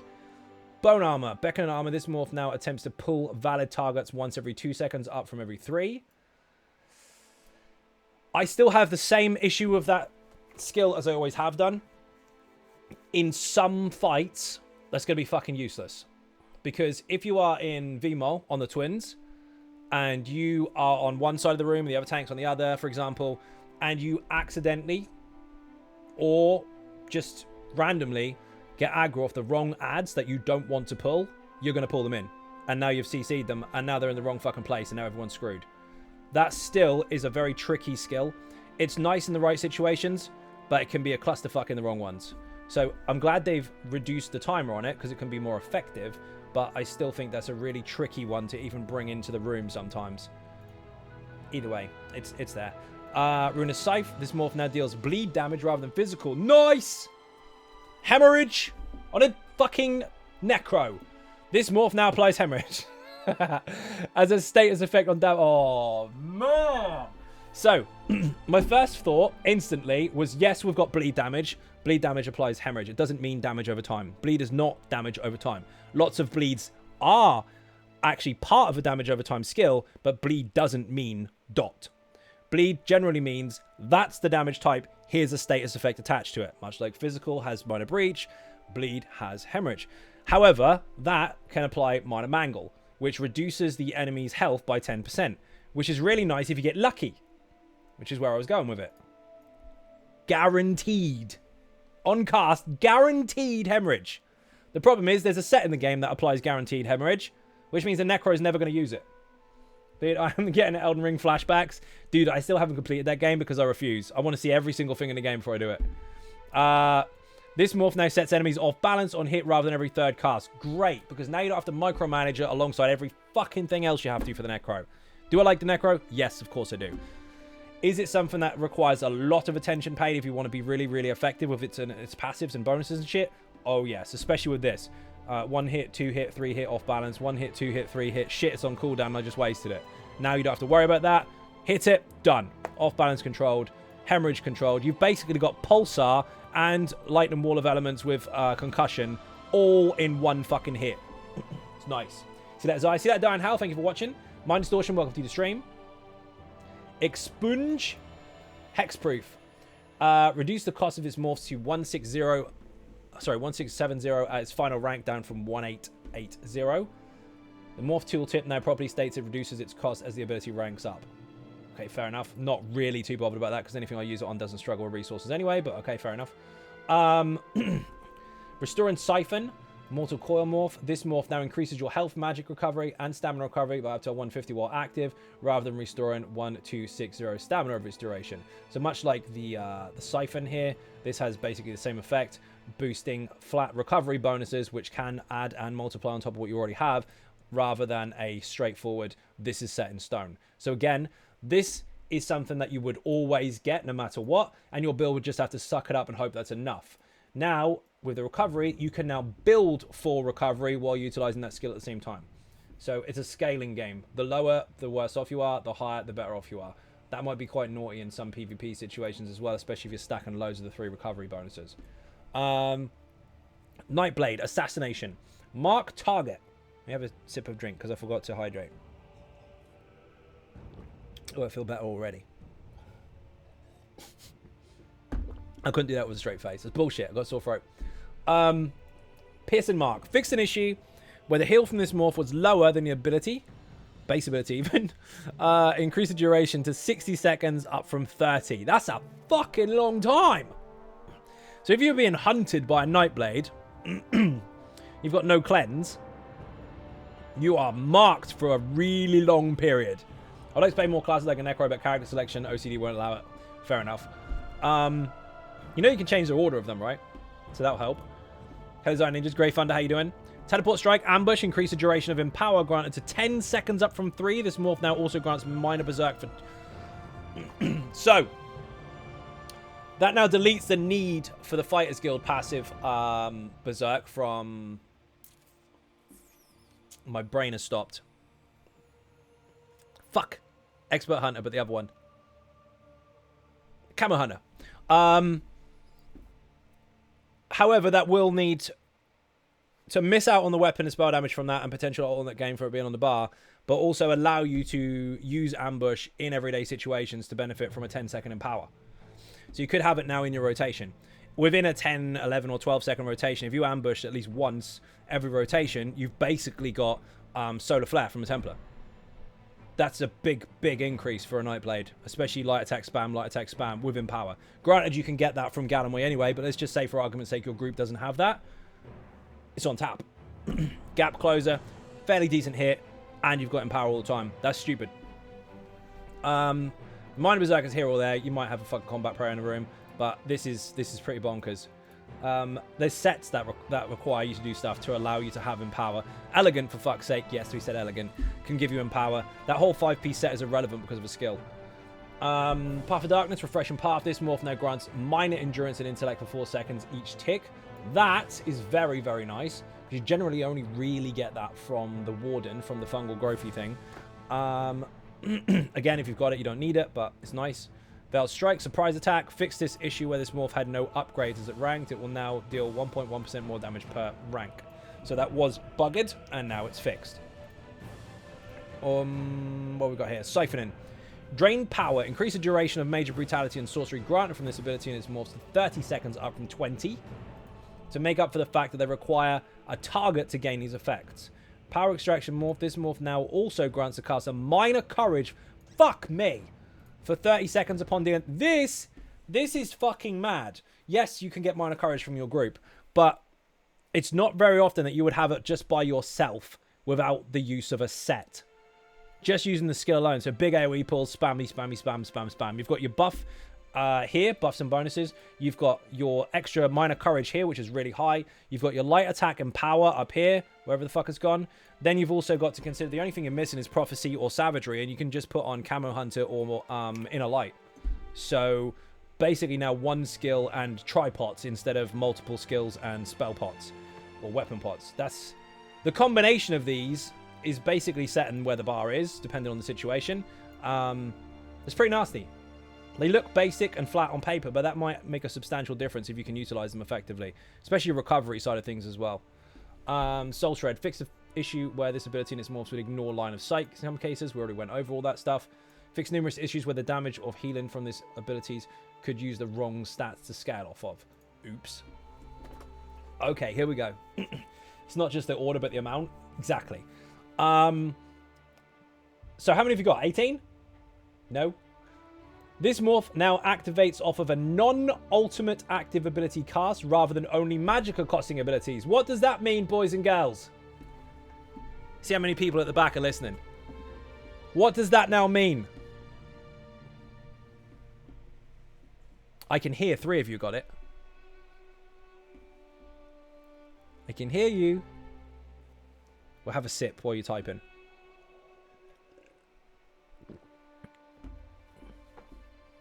Stamp frag. You got it. It basically means any skill that isn't an ultimate will proc the special version of it. Before, it was magicka skills only, so people used to spam damage shield, like damage shield frag, damage shield frag, damage shield frag if they got lucky. Or crushing shock, crushing shock, crushing shock frag. And yeah, I know, people hit the dummy 100 times before they have that one time that their magicka doesn't run out and they actually get a nice amount of procs. But yes, any skill. So you could get that from fucking caltrops or fucking anything. Reduce the proc chance to 33% down from 35. That really doesn't make a massive amount of difference, but for OCD's sake, apart from the 1% that you're actually missing, that technically means 1 every 3 casts. Rather than 1 every 3 and a bit. Or 2 and a bit. Crystal Weapon. This morph now causes your next 2 light attacks or heavy attacks to deal bonus damage up from 1. There is a small cooldown on this to avoid the ability to insta-proc from both, though. Okay, so that will be interesting to mess with, especially if you are utilizing big, heavy attacks. You heard that one, DJ? Yeah, we'll test that, obviously. Summon Charged Atronach. This morph's area of effect damage now always applies the concussed status effect. Filthy. Filthy, filthy, filthy. Skill ruined uninstalled ESO. It's better. It's not ruined, Jim. It's better. He goes, all right, okay. So off-balance opportunities that you want to take advantage of. That pet not only applies Major Berserk if you take the synergy for itself and the person taking the synergy, but now guarantees concussed status effect. That means basically on Easy Sork, where you were applying off-balance already a lot, now if your pet is active, you're guaranteed it. And that will do that area of effect here every so often as well. It's quite nice. Most people use the other morph because the single target damage is technically a little bit higher over the longer duration. But you can get similar damage because the area of effect has an extra attack, but also it does hit multiple targets. So area of effect fucking off balance covered. Nice. No necro. Don't worry. What we've got now? Lightning Form. Boundless Storms. Fix an issue where this ability's visual effects were not in sync with their combat effects. Yeah, that would fall out. Or fall off on the last second. So you'd have still 1 second remaining, but you would look like full form. So it's a bit weird, but they fixed that. 2% different has dropped my DPS to 100k to 15. It's not a 2% difference in DPS. It just means 1 in 3 casts instead of 1 in every 2.99 or whatever the fuck it was. They've tried to balance it out, so every 3 casts you get 1. But you won't. You'll probably get 1 every fucking cast. Because 33% is a big fucking uptime. Mage's Wrath, Endless Fury Morph. Reduce the cost down to 2160, down from 2430, to help reinforce the idea that you are able to endlessly cast it. Okay. So you made it cost less. You didn't even need to explain that. The cost is down. Enjoy. Let's go. He's happy now. Overload, energy overload. This morph now restores up to 1,200 magicka and stamina rather than up to 1192 magicka. The restore now happens anytime you use a light or heavy attack rather than only when they deal damage. So even if you use it and miss, you'll still get it back. Fix an issue where the major sorcery granted from this ability was not ranking up in duration. From Surge, by the way. That's supposed to be longer and longer and longer, and it wasn't doing it. So Overload basically gives you both resources back now. So while you could always utilize it on a stamina or a magicka build, you don't just get magic back now, you get both. That's pretty good. That's actually really good. Especially if you can light or heavy quite quickly. Don't deal with pets or lightning. My Easy Sork is generally all lightning. It does have a pet and has had a pet for a little while, but the initial design of it is to just be full of fucking lightning. And the pet does zap, but you don't have to use it. You can use other stuff instead. Adric Spear. Sun Shield. Blazing Shield. Increase the radius of this morph to 8 meters up from 6 to better match its visual effects. And fix an issue where the damage could fail to activate in many cases. Storm Atro is the only one I'll use. Storm Atro is amazing, actually. That and a Destra ulti, dude. I fucking love a Destra ulti. The Lightning one. Dawn's Wrath. Backlash. Increase the cost of this ability and the Purifying Light morph to 1260 up from 2000. That is not going to be game-changing for most people, but if you do use it twice every rotation, that might hurt you a little bit. However, just bear in mind, of course, with that being the case, that's only 320 recovery you have to find over that period of time. If you're using 2 per rotation, which again is only going to be for like 1 or 2 ticks worth of your recovery, and most people can sustain that indefinitely anyway, unless they're over spamming. If you've got loads of recovery in your group already, you can already sit at max resources even with flat food. So I don't think for the majority of people that's going to be a massive downfall. I can see where they're going for it because they're trying to standardize lots of costs and stuff, but I don't think anyone's going to notice that. Power of the Light. Reduce the cost of this morph to 1337 down from 1700. So what can you do? Increase the cost of this. I mean, you're going to use that for its heal anyway. Power of the Light got nuked cost-wise. That's a lot. This is a small amount. That's a fucking huge percentage. That's nearly 25% of it. Not quite, but not far off. Live in Dark. This morph's heal no longer scales with stats and instead heals for a base of 2,000 health when it triggers. Still matches. Yeah, no, I read that one when. We're taking away some of the insane values on healing that this ability can have when stacking high stats, and instead taking a safer route with a flat value to ensure any role of a Templar can still engage with a skill, but with less powerful results at high end. Ooh. So the base heal being 2k. Increase the healing done will increase that. So minor and major mending. Increase the healer in received. So major and minor vitality. Plus any set bonuses that you may have. Plus any champion points you may have. So instead of scaling off of your weapon and spell damage, or your stamina, or your magicka, or your max health, this is a flat bonus that can scale off of healing benefiting bonuses. Instead of weak person gets a weak version, really, really strong person gets a strong version. This is balanced out across the board. Still, if you do pack healing bonuses, that's going to be pretty substantial. You could probably get 3-4k out of that, not including a crit. So that could be quite nuts. It could still be really, really fucking powerful. Not so much in PvP though, which is a good thing because that was a little broken. Dark Flare, reduce the cost of this morph to 2430 down from 2700. That one you will notice because that technically ends up being a spammable, and any spammables that have any manner of reduction to cost, you will see that on a build that you're actively already using. Rite of Passage, practice incantation. This morph, I know this one already. This morph now allows you to move at a reduced rate while channeling rather than being unable to move at all. So you know those Templars that sit in the corner praying like fuck, heal the group, please, heal the. Why's everybody dead? Fucking, that ain't gonna happen. You can walk to your group now. You can walk over while praying. Yes, master, I'm healing you. Fucking, the amount of times I've seen people step out of that 10-meter radius and fucking die is ridiculous. That's going to help. Animal companions, feral guardian. This morph... Oh, fuck off. I just read the first part. This morph now deals 10% more damage up from 5 to ensure it deals similar damage to the Eternal Guardian when you take the piercing magic passive. This morph now converts the damage to a bleed instead of physical damage, which means, yes, it can apply fucking hemorrhage. And each attack applies hemorrhage. It's a status effect that's guaranteed. How does it even count as a status effect if it's guaranteed? It's like, this is a chance mechanic. Except for that skill. And that one. And that one. What about this one? No, not that one. Oh, yeah, that one too. I'm not going to fucking complain. That's good. I'm turning my Templars into a healer, so perfect change. Tealish, how you doing? Welcome to the stream. So, the bear, big change there. Basically, damage buff all round.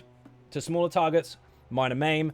Not minor maim, sorry. Minor mangle. To targets in general, hemorrhage, because it does do a little bit of damage. And also, this version of it also got more hits. So, Yogi basically just got buffed. So far. Deep Fissure, this morph now applies minor breach to enemies hit for the duration. It says now applies. It doesn't say now applies instead. So does that now apply as well? Handy. Healing Seed, Corruption. Because we don't have a lot of ways to get minor breach, to be fair, in comparison to major. Corrupting Pollen. This morph now also applies minor cowardice to enemies in the area to help it gain some viability in PvE areas. Okay. Unusual. I don't know why they did that.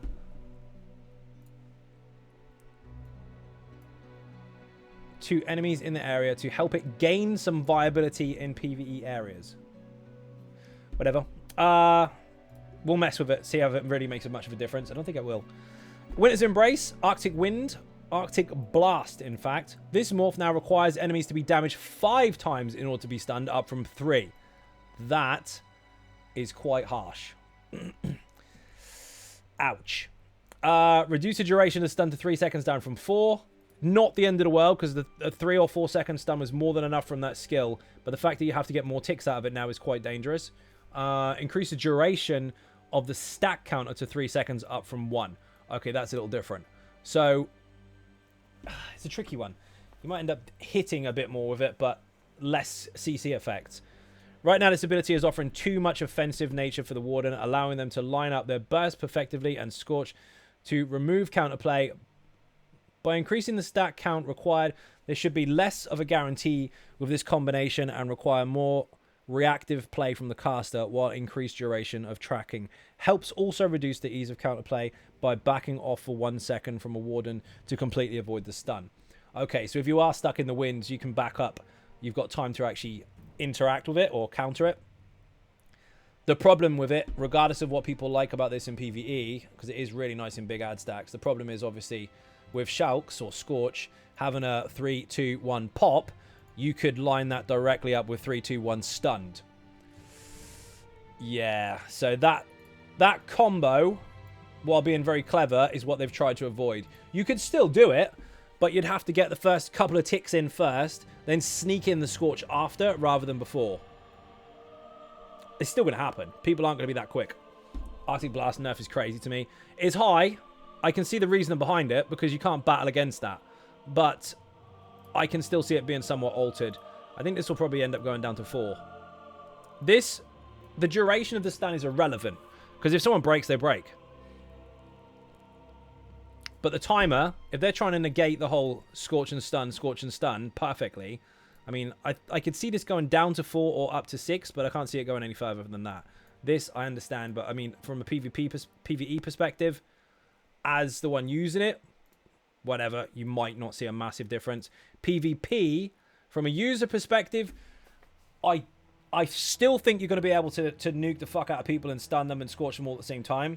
But from a defense perspective, you might have a second or 2 more time to think. A good Warden is still going to be able to do it. I don't think it's enough if that's their intention. They might have to put this to 6. Well, we'll see. It would only take a case of Oh, my wind is running. They're not paying attention. Okay, wait 2 seconds. Okay, fire now. Done. Especially if you've got a big group of people. It's going to be happening too quickly. Crystallized Shield. This morph now allows also stuns a target upon dealing damage. For the Masters of Ice, Warden are lacking a lot of hard control. Well, it depends on the build. Nature's Bounty doesn't struggle at all. Without giving them something too over the top to make them even more oppressive to melee attackers, we've opted to add it in a reactive range stun option to help deter those ranged builds that naturally kite and hound Wardens. Wardens are fast. Wardens can pin. Wardens can snare. Wardens can brittle and maim to reduce damage and increase damage to them. I love winnings. Wardens Drinks can all do around. surprise attacks from Shulks and stun from Arctic Blast. Wardens can reflect or absorb even. They're not lacking. I appreciate the ranged protection, but I don't think I agree with this statement. I can appreciate the change to the skill, but I don't think I agree with this. There are a lot of very, very good Wardens out there, and they're really fucking dangerous. Not to mention, if you try and burst a Warden at full health in PvP, not a fucking chance. Because by the time they get down to 40%, that's when they're stronger. They're just, bang, healed to full. Your burst is gone. Now they're yours. They're dead. So, I'm in two minds about this whole overview of this particular skill. I agree with the point in changing it because, sure, why not? Having some control from a range perspective, sure. But I don't think they're lacking in hard control. I don't think they're lacking that area at all. Plus, if you've got a ranged target, you just put a portal under their feet and pull them straight to you. How about some Nightblade love? These other classes are getting mad toolkits and we're still sad healing in a best and iffy cloak. BLK Torno, I think you missed the part when I went over the Nightblade. I got buffed to fuck for damage. Ones are arse in PvP at the moment. Depends on who can play them and who can't. I've been up against some really shit Wardens that will obviously complain about the class because they're not playing it effectively enough for them. But I've also seen some fucking amazing ones. Some of them you won't get anywhere near, and if you do, you're fucked. Depends on the player. Expansive Frost Cloak. Not Yoga on Nature's Bounty. Yeah, indeed. Expanded the radius to 36 meters. What the fuck? So, in a trial situation where it's really vast, range-wise, it's going to hit more people, but it's intended to hit them all anyway. Why are you 28 meters away from people? And in PvP, keep battles, you're going to be able to maintain this a lot easier when people are really, really fucking spread out. That's quite mad. Right, kids. Thank you very much. This morph now grants weapon and spell damage. Sleet Storm, by the way. Northern Storm, because one of them gives you Permafrost, which is mitigation bonus. This morph now grants 300 weapon and spell damage for up to 30 seconds after casting, rather than up to 15% Magicka for 30 seconds. Winnings. Drinks all around. This should help the ultimate be more impactful across playstyles. So it's a Dawnbreaker for a really long time. In fact, a Dawnbreaker for 10 seconds longer.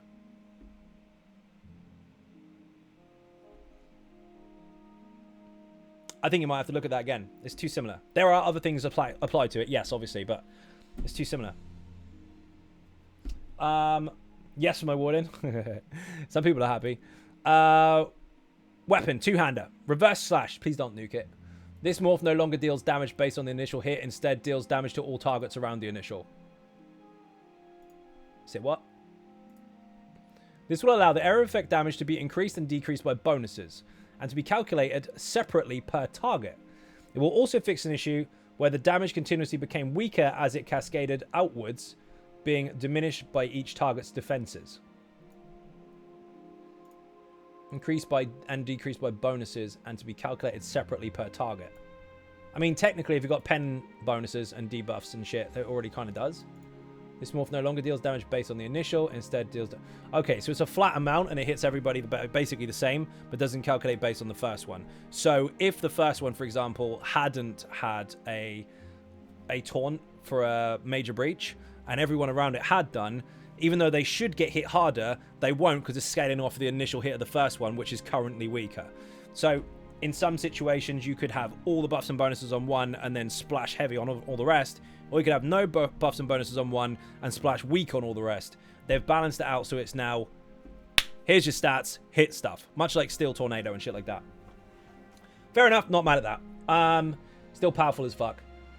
Defensive stance, defensive posture, fix the morph, or issue, sorry, where the passive bonuses from this morph could fail to apply in some cases. Good, we don't like bugs. Power slam, this morph's passive. Resentment even. I can't even say words. How the fuck did I misread that? Resentment. Now reduces the cost of your next power slam by up to 50% rather than increasing the damage by 33. That's going to piss off some bash builds. Again, nothing set in stone. It might change. There's some fucking crazy shit for bashes at the moment, especially that other set where you bash and it does a frontal cone and interrupts absolutely everything. It's basically like any class deep breath. It's nuts. Vampire. Oh, heavy armor first. Adjust the bonuses to bash attacks to grant 30 more damage per piece of heavy armor worn rather than 3% more damage. That also depends on how you build, because the glyphs you get are bash damage, not weapon and spell damage. So that would stack on top of those. But if you've got lots and lots and lots of it, 3% per piece is actually really, really fucking high. It might outscale that, so it could be nuked. It could be much less effective. Or could flip and go the other way. But with this being reduced as well, it looks like they've reduced the power of bash damage while still allowing you to fully utilize it. I think people were hitting too hard. Shocker. Blood Frenzy. This ability and its morphs now grant up to 5 stacks rather than 10. The total weapon and spell damage granted is left untouched. Oh, I'm going to read more about that. I'm going to say more about that in a minute. Let me read the rest of it. The cost now increases by 360 per tick, up from 250. Who is that? Reaper. Thank you very much. Up from 250 for Blood and Shimmer and Frenzy, while the cost of Sated Frenzy is now 300 rather than 200. This will result in approximately 20% cost reduction for each morph. So, it's going to cost you less. You're going to stack it much, much quicker, but you've still got a negative and positive effect. This is something that has been in the game for some time now, and they've never truly balanced it quite right. Who was that? And Korea, thank you very much. The hype train has started, people. 30% in, 4 minutes, 41 remaining. Every new hype train level you approach, or unlock even, will give you another 5 minutes on the hype train, getting more and more emotes. Thank you very much. So ever since it's releasing Greymore, this particular skill has been one of those things that everybody loves to put on the dummy and pretend that they're using content, but they actually don't. They just want to make sure their numbers are as high as possible, cheese the fuck out of it, and then take it off when they go into playing actual game time, so then they can just claim, I've got 130k DPS. No, you don't. You got 100. No, I got 130. No, I got 100. You took the skill off. However, DJ, come on.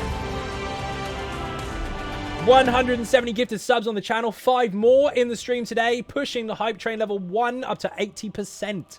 Say thank you to the gifter if you got a gifted sub. Thank you very much. So again, this has been one of those things that has been very, very bursty in some situations, although the 10-second or the 10 procs can be quite long in some situations. And also something that, while on a dummy it looked great, in content it was one of those, you couldn't really switch it off because you had to build it up for so long, and you couldn't really use it because you can't really get healed and shit through it. With this short duration increase to stacks, toggle on and off when you feel like it will be a lot easier to manage than what it was previously. We'll have to see how it works cost-wise and how much of a burst it gives, because it might be too much. But I think it's going to be easier to apply based on the way that they've done it. We'll see. You're welcome. Oh my god, thank you very much for the sub. Nice. You have the emotes. Use and abuse them. Based on much of the... We'll have to read the spoiler now after I've already said what I think about it. Based on much of the initial feedback we saw over the last update, we've decided to help this ability ramp up a little quicker to make it feel more aggressive and ravenous for the user. Kind of said that. While slightly easing back on the risk of using it, since the reward isn't nearly as high as before. Fair enough. Feed. The synergy now heals you to full health after successfully casting it on the target upon festering their essence, their life essence even. Delicious. Fair enough. Vampiric Drain. Fixed an issue where this ability and its morphs could be reflected despite being beams. Stop draining yourself. Yeah, that should not be reflected. That's a fucking beam. Herzine's Bounty for the werewolf. Herzine's Fortitude even. This morph now grants minor endurance and fortitude for 20 seconds after casting, rather than unique amount of health and stamina recovery based on healing caused for 6 seconds. Cutscene's Rage, the other morph. This morph now also increases the ability's cost to 5.63k. Sorry, 5063, not 5.63. That would be 5,630, wouldn't it? Down from 3737.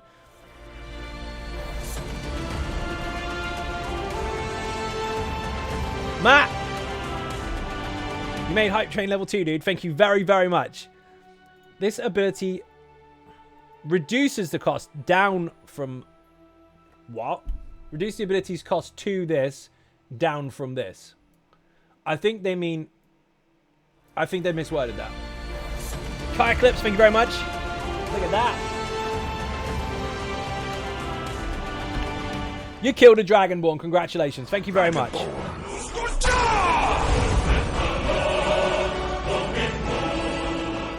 You know the rules, people to fight starts again from scratch. If you kill the Dragonborn, you'll take their place. Streamer have to kill you instead. Thank you very much. So it says this morph now also reduces the ability cost to 5k, down from 3.7k.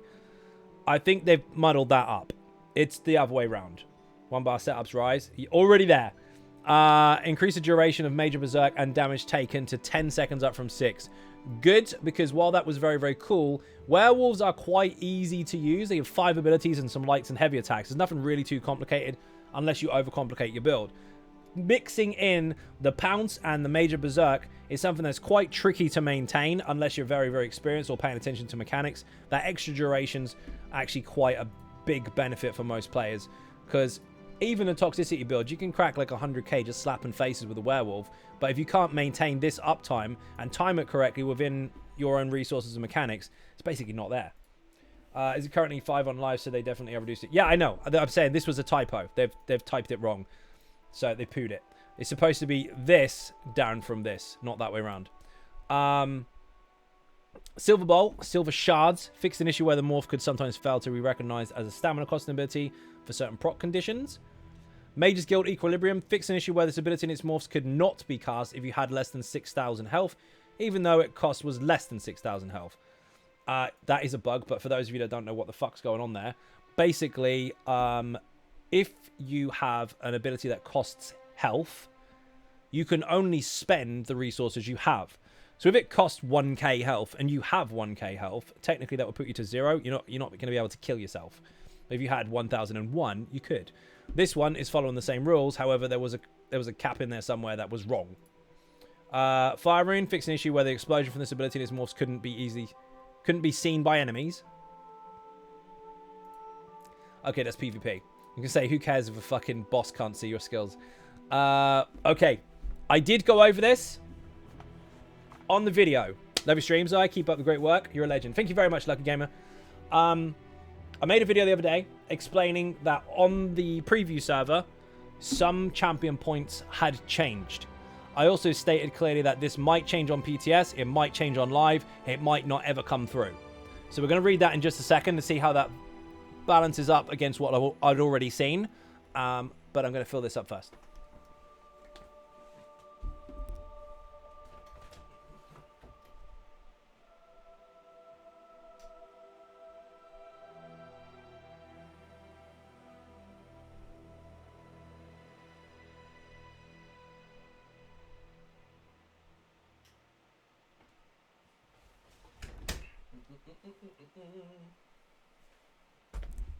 That was quick, wasn't it?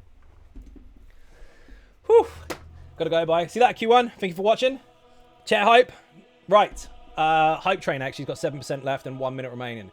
If you slam it full of subs and bits, you'll get to the next level. You get another 5 minutes in it and some emotes. But if you don't, you just get the level ones that you've got. So, take a breath. THX, thank you very much. Off balance, Lazy Tank, Cleric on 1-2 Mega. Thanks for the builds. You're welcome. So,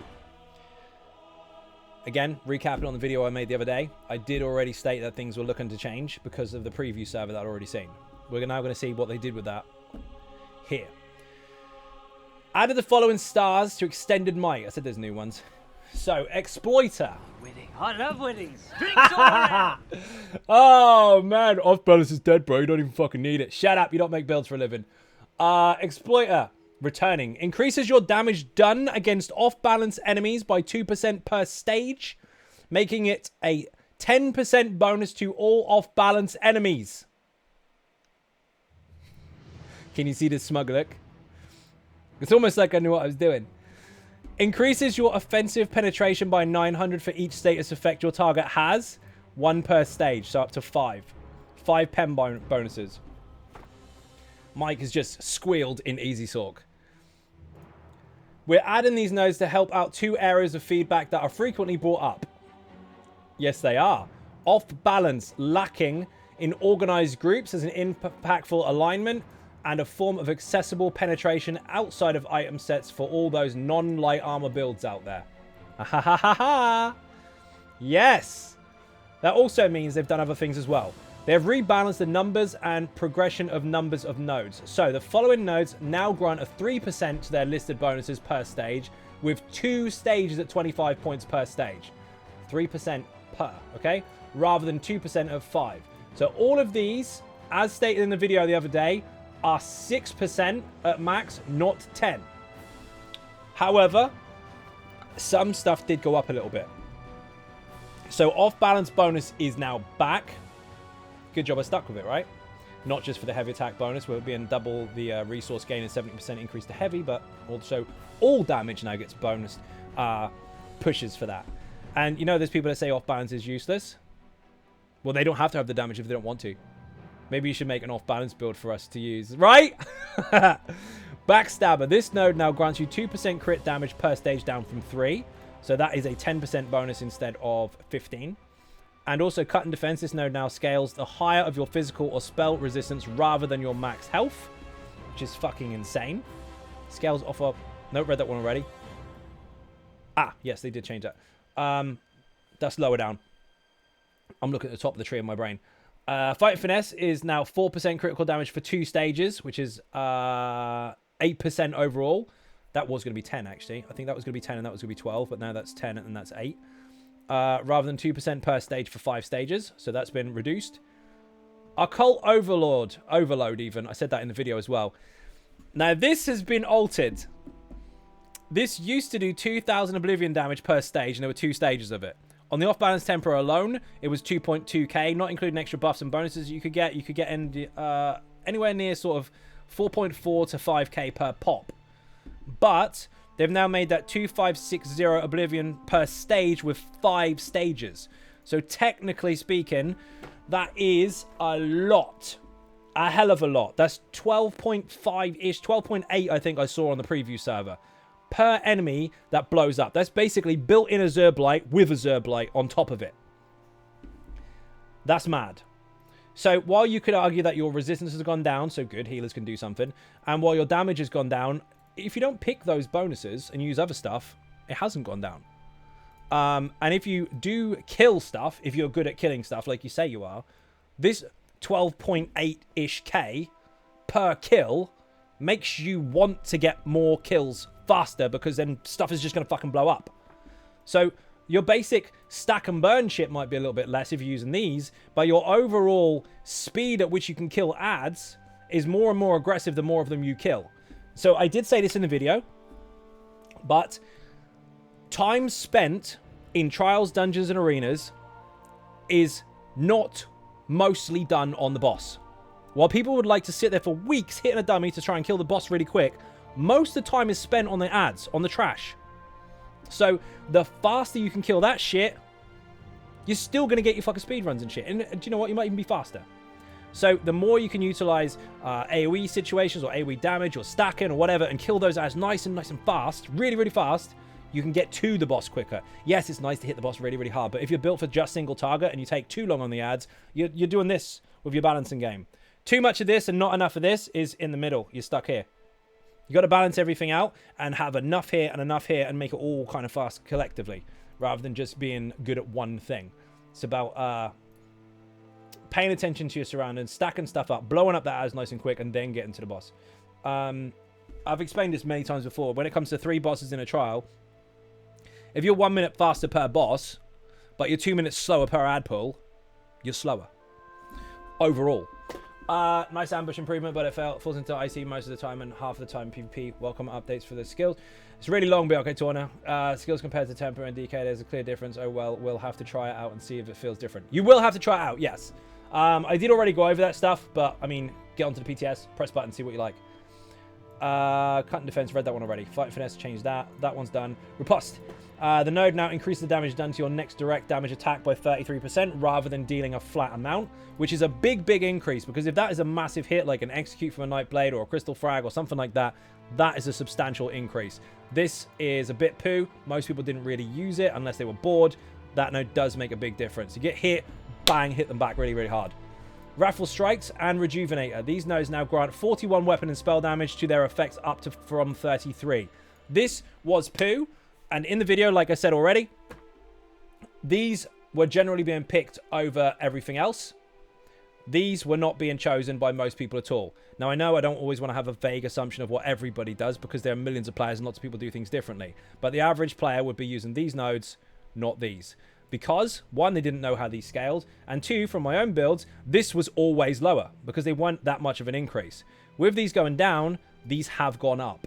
And now the option is there to go one way or the other, and you're going to get roughly the same sort of outcome for both, depending on how you build. This might benefit you sometimes, these might benefit you others, rather than always being this.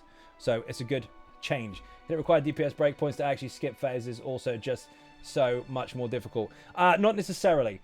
It depends on how you build your characters. And also, that is some of it intentional.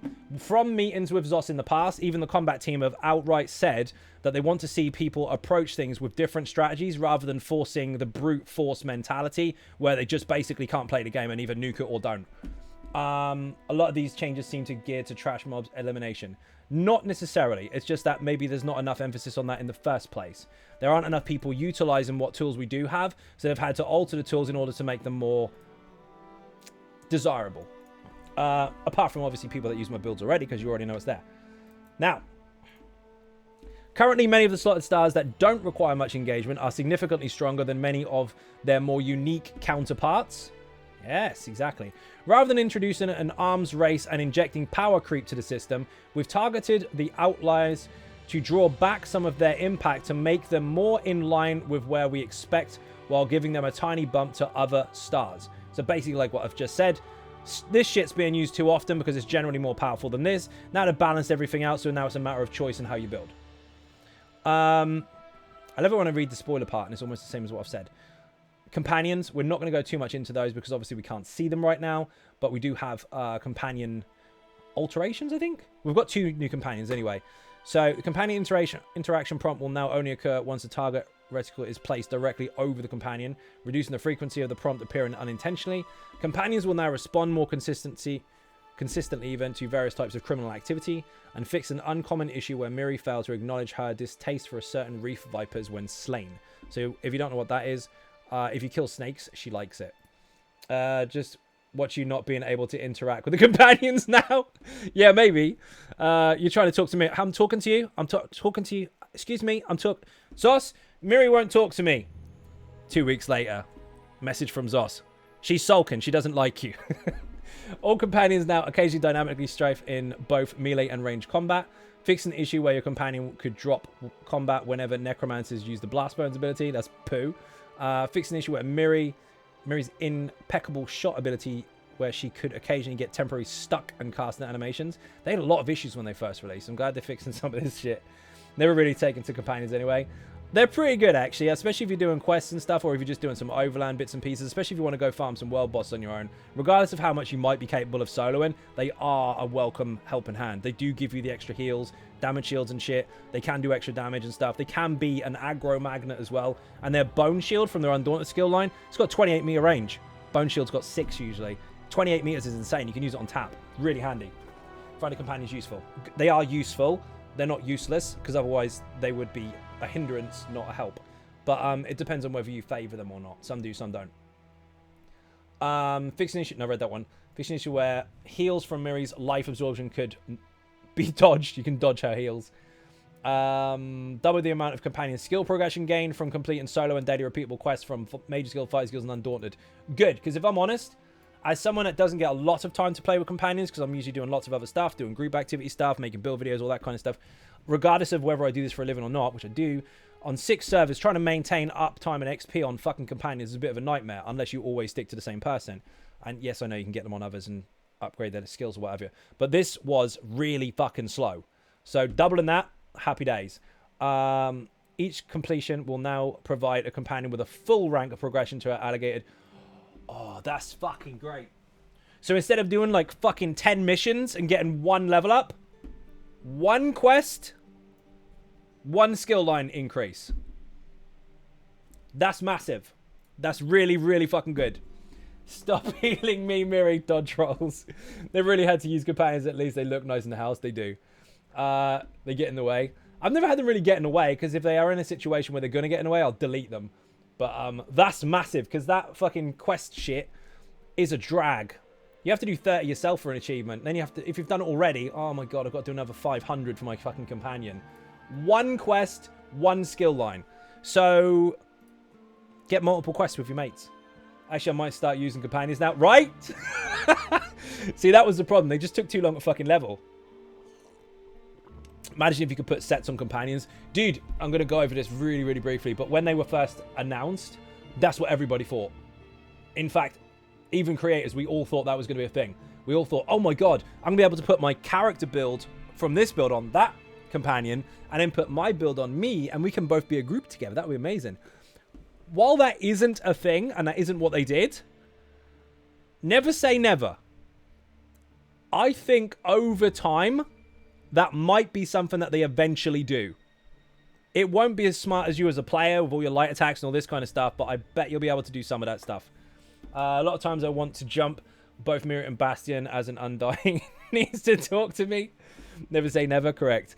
Where are we? Companions are no longer set to inactive when your character is turned into a Skeeverton, though they are still temporarily suppressed or surprised. Enemies, pets, and companions will now follow your character correctly in certain areas, including Sneezeland. Yeah, any Dwemer places are called Sneezeland, because what you do is you basically take the first letter and sneeze really hard, and you've pronounced it bang on. Fix an issue where Miri might not receive report. Increased it if you turned in an Ashlander daily while mounted. Oh, I don't approve. You're sitting on a horse while handing in this quest. How rude of you. Stand on both feet. Stiff upper lip. Get that pinky up.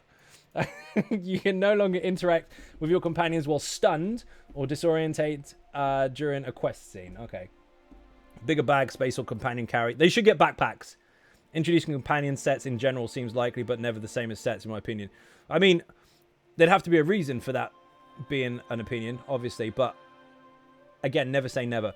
Having their own unique sets would be kind of cool, but I don't see why they wouldn't introduce them having player sets, because we've got access to them. You can just trade them. It would be great. The only problem is they'd have to make sure that there wasn't an imbalance with this set versus that set, making 2 things stupidly overpowered for a unique duo or group. Now, obviously, as players, we can mess with that stuff ourselves anyway, but there might be situations where your companion does some weird shit and stuff breaks. So I think it could be something that could happen eventually, but I also think that there would be a lot of problems initially that would have to iron out before it's something that we could have as players. But I don't know. You never know. It would make sense to do it, and it would be convenient as fuck, and it wouldn't allow for all these stupid fucking millions of companion items. But at the moment, we've got what we've got. Agreeing with Matt and Beard. Would be nice to remove the companion interaction prompt while in movement. Please, us. They've made it so that you have to be aiming directly at them. I don't like companions at the moment, but if they did that, my opinion could change very fast. Fair. Backpacks, though, definitely. Purely based on them already going down the path of companion items, don't think they will walk that back. Well, the thing is, they had to give them something. Fucking door. They had to give them something rather than nothing, because otherwise we'd complain. And what they've given us is some very, very, very basic stuff. So, we'll see. That's what I'm saying. They're seeing a lot more desirable now. They are, of course, because we've got new classes too. Miri is a lush. She fucking hates me looking in butterflies. I didn't kill it. I didn't take any stuff out. I just looked inside. Apparently, that's not allowed. If we can put sets on companions, introduce 24p sets. Fucking shut up, Tipper. You're not helping. Gotta go for now. Later, I. See you later, Alistair. Thank you for watching. Excuse me. Fix an issue. No, I read that one. You can no longer interact with your companions while stunned. Read that. Itemizations and sets. Okay. Items that belong to the Night Mother's Embrace set have been renamed Mother's Embrace. To avoid confusion, that belongs Night Mother's Gaze. Oh, but Mother's Sorrow is still okay. I mean, take away the Mother's stuff. Just call it Night's Embrace. Anyway, as both sets are named Item of the Night Mother. Okay, that is annoying. Consumables fixed where potions were granted invisibility would instantly break upon taking or dealing damage over time. I mean, you did something. Surprised that's a bug. I thought that would be a set in stone thing. You hit something with damage over time. We knew you did it. You're not invisible anymore. Friends of Momentum. Fixed an issue where this set ended early when used with forward momentum. As a result, this is the Black Rose stuff. Not the Black Rose stuff. Vatashran stuff. As a result of this fix, it would now extend past the ability duration of momentum or rally. Excuse me. Allowing you to continue to generate stacks with the set for a short time after the abilities fall off. Just line them up at the same time. Dungeons and Arenas. Drokin's Grip. I do like this set. Hopefully I haven't nuked the fuck out of it. This set now increases all of your damage done by 330 and reduces your healing taken by 10% rather than causing your direct damage attacks to increase to take 617 more damage from your attacks for 6 seconds every 9 seconds. Is that flat? Now increases all damage done by 330, so like a Master's Staff, Master's Bow, and reduces healing taken. So constant damage uptime, much more healing required, rather than duration based and more damage only to direct. Interesting. I'm now home from work, so now it's beer o'clock. Nice. Wow. This set has long been a staple set for providing an immense amount of sustained damage with some builds in single target, where stacking sources of minor damage cause the set to multiply in power to staggering degree, of course. While we like the gameplay that the set was enabling before to help... Did I lose a line? No, I didn't. Help attrition builds push out some damage. Its application felt too overwhelming in single target, and the reverse in area of effect. In addition, naturally, attrition builds naturally deal less damage and are harder to kill. These are fucking blurring for me. So gaining a source of power with no scaling requirements or drawbacks created a solution where it was too powerful on bruisers, such as Dragon Knights and Necromancers, granted, big direct shit. The ability to apply all damage at lesser extent helps to bring some power to area of effect encounters, while also reading back some of its single target pressure. While healing debuff ensures that even tanky builds feel a bit of bite in their ability to stay in the fight. So it was massive burst with small cooldowns. Now it's a decent amount overall, but you are going to suffer with negative effects for doing so. That is high. Because that's not the same as the Master's Bow, because the Master's Bow is increased 330 weapon and spell damage effectively to the target you're hitting based on the stuff you're already doing. That's 330. That increases all of your damage done by 330. So that could be what, per tick, per hit, blah, blah, blah, blah, like this was before. That was only direct. This is everything. So while direct is halved, everything else is boosted. That might be really fucking nasty. It might balance out to be the same as something like Sororia eventually, but, I mean, on paper, with multiple stack and bonuses, that could be quite dangerous. Wish there was a way to do arenas without the ads rounds. Maybe a reward for going flawless or something. You want to go and just fight all the bosses? Sorry to get ahead, but Tremor Scout, don't get ahead. It's against the rules. A Night Embrace with Mother was that. No, shut up, Claw. We are getting to that stuff. You're going to have to be patient. This is a live reading. Just because you read it already doesn't mean you need to tell the chat you've done it. Relax. We're going to get there. Don't worry. Where the fuck was I? Elemental Catalyst. This set's visual effects are now only visible to the wearer and the enemies to reduce the massive amount of battlefield clutter it could add to group encounters. Now, something that's been happening lately. I read it through your screen. I wasn't cheating. Yes, you were. Look, watch me make it disappear. It's gone. It's back again. It's gone. It's back again. Shh, don't cheat. They have done this a lot lately. They have made it so... You're fine, Kev. too much fluff is a bad thing. So they've made it disappear for other people. It's a little tricky because on one side, yes, maybe some of the effects are too dramatic and we've got too many now. But on the other side of things, and I spoke about this last night on comms with other people off stream. Do you guys remember when Hellra was Vet 12 and you could get through Vet hard mode in 7 minutes in a pug? Do you remember all the crazy shit you used to do just for fucking shits and giggles that people have forgotten about, where you would go with, say, 10 DKs, 2 tanks, 2 healers, 8 DPS, every single one of them wearing Vulcan Scoria, and watch the meteors just rain out of the fucking sky? Too much emphasis on reducing effects, I understand, will increase performance, but I also think will take away some of that wow factor when crazy shit happens. They've got to be very, very careful to balance the line between lessening effects and just taking away all the fun. So it's a really, really tricky one. The more I see this, obviously the more I understand what they're doing, but I don't want them to completely remove what everybody can see overall. They might just have to thin some things out rather than, like, get rid of them. Maybe make it an option. I mean, on PC to some extent you do have that. On console I think probably we need it. Even then it doesn't cover everything. It's also cool to see some effects go, I know what build you're using. I know that effect. No, you don't. You can't fucking see it. Oh, fucking great. Have an argument. Glorious Defender, this set now causes you to dodge all attacks made against you the next time you would have been hit for 1 second rather than only one attack.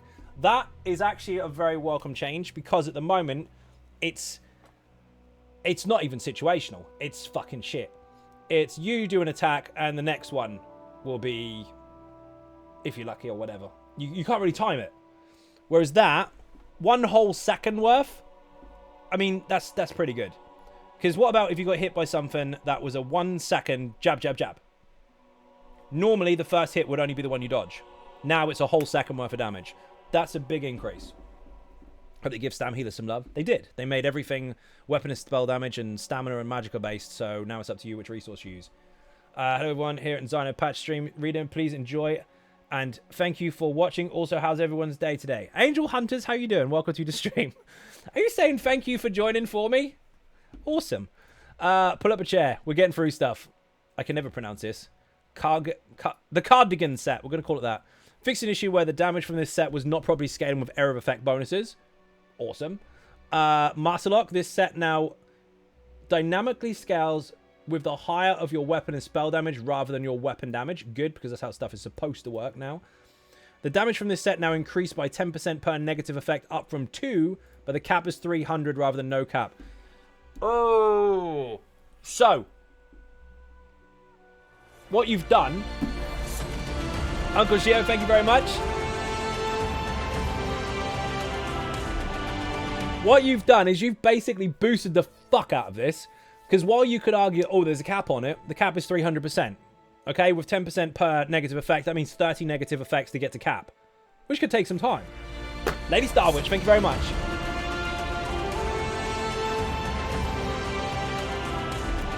So, the ceiling end is a little lower. Although 300% is massive. But the floor side of it, you only need 10 procs or 10 negative effects on the target to get to a 100% increase. Whereas before, you need a fuck ton more. So, overall, that's a pretty big buff. We're going to have to fuck with that. And let's face it, I mean, while you could easily get 30 negative effects in a trial situation, most situations are not. Most of them might be around 15, 20 or so. It's still a massive buff to that. Once you get to 30, I mean, anything after that is fucking minimal anyway, because it's just shredded. So this set here will be interesting to see how that works. 10 on 2. That's fucking huge. It's fucking huge. Spawn of Mephala fixed an issue where this set's visual effect could fail to appear. That's a poo one anyway. It just makes a web on the floor. Even Zion Ninjas. Connor, how you doing? Welcome to the stream. Tremor Scale. Please tell me you've done weapon and spell damage. Please tell me you've done weapon and spell damage. Resistance even. Bear in mind, I did do the preview. This is the one set I didn't look at. Increase the duration to 15 seconds, making that in line with the taunt. Increase the cooldown to 10 seconds, which is fine, because if you don't overspam it, you're not gonna run out anyway. It's 100% cooldown. 100% uptime even. Increase the damage done. Whoopee fucking do. This set now reduces armor of the enemy by fuck off. By 8% of the higher of your physical or spell resistance, rather than reducing by a flat 2395. Reduces the armor. That's physical and spell. So now its viability has shifted from stam only to all. 8% is fucking mad. So if you are capped out, you are going to be able to strip pen quite easily with that. And the application of it and the uptime is solid. That's really nice. Fan-fucking-tastic. Does that apply in PvP? Yes, it always has done. It'll be interesting to see if this considers overcap. Because physical and spell resistant caps out at 33k. 660 is 1% resistance. You can go up to 50% and then you can't get any more on top of that. You can, however, go higher. It won't give you any benefit to your mitigation, but you can go higher in stats. That for PvP means if someone tries to strip your resistances, if you go down and down and down, but you're still at 33k, they didn't get any bonuses whatsoever. You just removed a duff amount. If this allows you to get a higher benefit from this based on the amount you have, regardless of resistance caps, because you can go higher, you just can't utilize it, this number here, or whatever the outcome would be from the 8% of 33k, could be a lot higher. So if someone accidentally packed 50k resistances, they'd only get 33k's worth of use out of it, but the debuff could be stronger. Ball groups are going to abuse it. Of course they are. Can't think of the other sets and skills that scale off resistance. How does it work now? So basically, there's lots of different sets in the game that scale off a weapon and spell damage. So either one of the two will boost its effectiveness. Healing sets are generally stamina and magicka. So the higher the highest stat, the stronger the heal. Sometimes damage shields as well. And mostly tanky sets. The higher the health, the more aggressive the proc. Or the higher the resistances, the more aggressive the proc. But they are subject to certain sets. Generally tanky stuff. But there are sets that do scale off of physical and spell resistance, usually like a damage proc in return, like a Thorns type effect or anything like that. So this is pretty mad. And yeah, again, this doesn't say at max resistance or cap or anything. It just says how high they are. So you should be able to overcap and take a benefit from that. Technically in PvE, if you hit 33k, you don't have any debuff effects on you, you're done. Hitting 35, 36, 37, 38 is a fucking dumb thing to do because it doesn't give you anything. It's free, extra, no point. But if you were to deliberately overcap and you had room for it, you could strip a lot of penetration with this set and just a simple taunt. So it could go quite high. Anything upwards of 29938 is bigger reduction. Yes, it is. What I'm saying, Fire Dog, don't worry, I can figure that out, is if you go over your mitigation cap but still continue to add resistance numbers, as in your physical stats, how far would that go? Hopefully it does. But anyway, moving on. Zan, this set now applies a tether to your target that damages... Wait. This set now applies a tether to the target that damages all enemies touching it, rather than a beam that only hits one target. Reduce the base damage by 52%. I did send a message to Zos about this, asking if they could reduce it and allow it to crit. Not this bit, though. Reduce the base damage by 52%. Increase the duration to 10 seconds up from 6. Increase the cooldown to 20 from 18. So 10 seconds up, 10 seconds down. The set is now guaranteed burning status effect. And its set now requires a critical light attack or heavy attack rather than just a light or heavy. Note, the proc chance remains the same. AoE Zan, guaranteed burning status effect, 50-50 uptime. Before, it wasn't. Before, it was 33% uptime, 66% down. Now it's 50-50. Reduction to damage overall, but higher uptime, multiple targets. That's pretty good. After adjusting in update 32 to allow proc sets to critically strike with when applicable, Zan has fallen off course considerably despite its intense requirements for low mobility situations encounters in PvE, while remaining relatively powerful in PvP when paired with crowd control and roots rather than merely increasing the damage or enabling critical strikes. We've decided to take some upfront damage away and put it into long-term encounters in cleave situations. So it's going to be a frontal, while giving it some cool synergy and feel of the set. Acid Razor, thank you very much. Beer and cake in the chat, people. One moment, please. Need to check something. Right. Where the fuck did I go? Melt on your enemies where they don't respect the flames. In addition to this, we've added a little more variance and chaos to the set to make it sure it feels less reliable and more like a window of opportunity that you must quickly adjust to. That's fucking nuts. Absolutely fucking nuts. This is a huge boost. Yeah, of course, single target, whatever. But, I mean, guaranteed status effect. DK gets magical back straight away. 50-50 uptime. Multiple targets.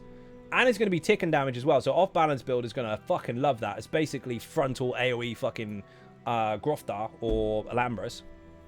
So that'll apply to Azure Blight as well. Harpoons kill. This is obviously going to happen, wasn't it? Obviously. Bombers meta, dear oh dear. Reduce the duration of the stacks granted from this set from 10... And it's set to 10 seconds, down from a minute. Thank you very much. Fuck you. Should I say it? Fuck you, dummy humpers. I don't mean it. But, basically, this has been manipulated for a fucking huge amount of time and it's made idiots out of people. Basically, you can stack it, wait for combat to finish, then go up against a dummy with 10 stacks flat out. In content, one fucking area of effect, direct damage hit, or what, it's just a burst, 5 ticks gone. Another one, 5 ticks gone. Your whole set is useless. While people are going, I use it all the time. I have 100% uptime. No, you fucking don't. Can you use it? Yes. Do you have the uptime? No, you don't. But now what they've done is they've made it so it only lasts 10 seconds. Which means you can't go and hump one dummy, wait for it to finish, and then with your 10 stacks, go and hit another one at full buff. They wanted to take away pre-buffing, and as soon as they did that, people started pre-buffing something else. That's now gone. Thank fuck for that. Oh, end already. Got baited by the scroll bar. No, it's not. Reduce the critical chance guaranteed per stack by 110 down from 125. That's not a massive. It's not going to make a huge difference. But Zos made a big point about not allowing pre-buffs for 2 reasons. One, I didn't want to give you too much initial burst in content. But secondly, it made a mockery of the whole dummy in the first place because it made people believe that these things were fucking real. Is it fun to use that as a minigame and hit as hard as you like? Yes, of course it is. Everybody has a drag race in a racing game to see how far they can make their car go, but you can't do that around corners. This, if you want to use it in content, great. But it was manipulating a lot of fucking things based on the fact that you could pre-buff it by hitting another dummy and then just end in combat. Now it can't. Same as they did that with Thracians as well a long time ago. I put a video out called Cheesy Sork. It wasn't a build. It was just me showing you what to expect from the obvious people, where they were just going to stack 50 stacks of it and then show you a dummy hump. Now, if you want to use it, great, but you aren't going to be able to manipulate it like you could before. Now, if you want to use it, and you do want to use it on a dummy, which is fine, you are going to have to build the stacks rather than walk into the room with it already pre-made. Anyway, let's read what they've said. Toning down the duration of the set to reinforce the need to stay in the fight, hence not starting it before the fight, and help this set become slightly more contextual than it is now, as it's overshadowing a lot of the other mythic items in power and use by a significant margin. Remember what I said earlier about mythic items? They don't want every single person in the group to use the same shit.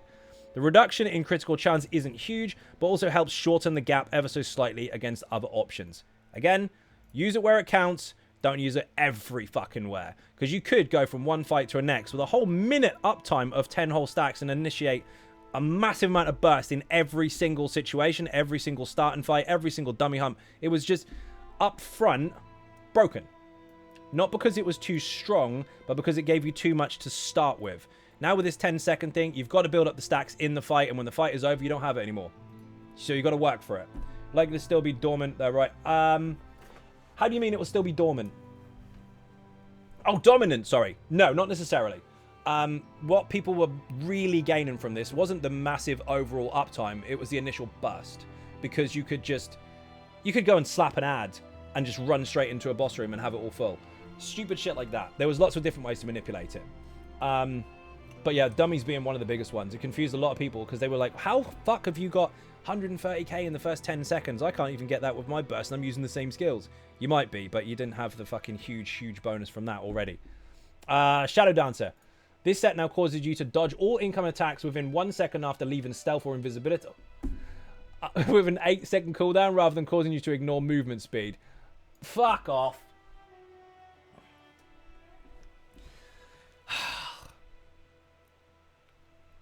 You know, people, you know, stupid people are like, oh, Zai's a yes man. No, I will say what I think.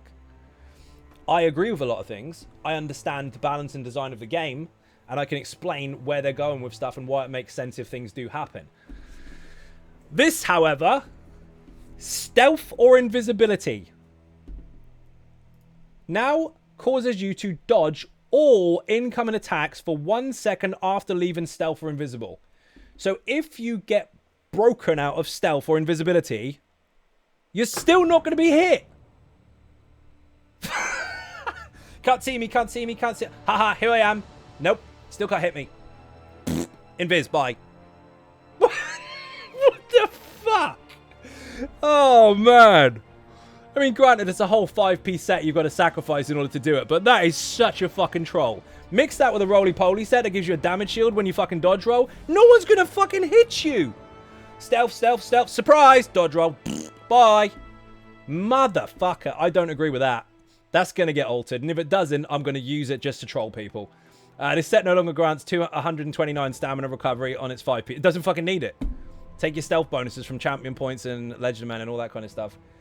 Oh, man. As if gank is up bad enough, right? Fucking hell. Hrothgar's chill. Fixed an issue where this set would not proc off a stun from a heavy attack on off-balance target. Okay, good, because that should. Oh, man, that was insane. Okay, fixed an issue where Emperors could lose their Emperor buffs after re-entering Cyrodiil. Bad, bad, bad, bad. Glad you fixed that. Fixed an issue where achievements related to killing the Emperor were not always being granted. Boo. Good they fixed that as well. Hopefully the people that should deserve it do get it. Although they probably don't backpedal on that. Art and animation and visual effects. We're not going to go too much into this. Fixed an issue where block cancelling could incorrectly remove weapon effects. Dude, sometimes block cancelling wouldn't allow you to block for a second. That was annoying. Excuse me. Who won? THX, you killed everyone in the stream. Congratulations.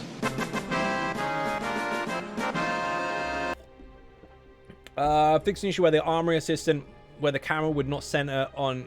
I call him Grasshopper, by the way. Grasshopper when entering the armor UI. The Forgotten One will now allow to be able to be reached by other player characters. Is it the one that gets stuck? Forget. Sweet. You happy now? You killed a fire drake. I'm not congratulating you. Fixed several VO discrepancies in... What's this for? Oh, events. White Drake's Mayhem. This is the PvP one. Oh, shit. The dialogue was fucked. Okay.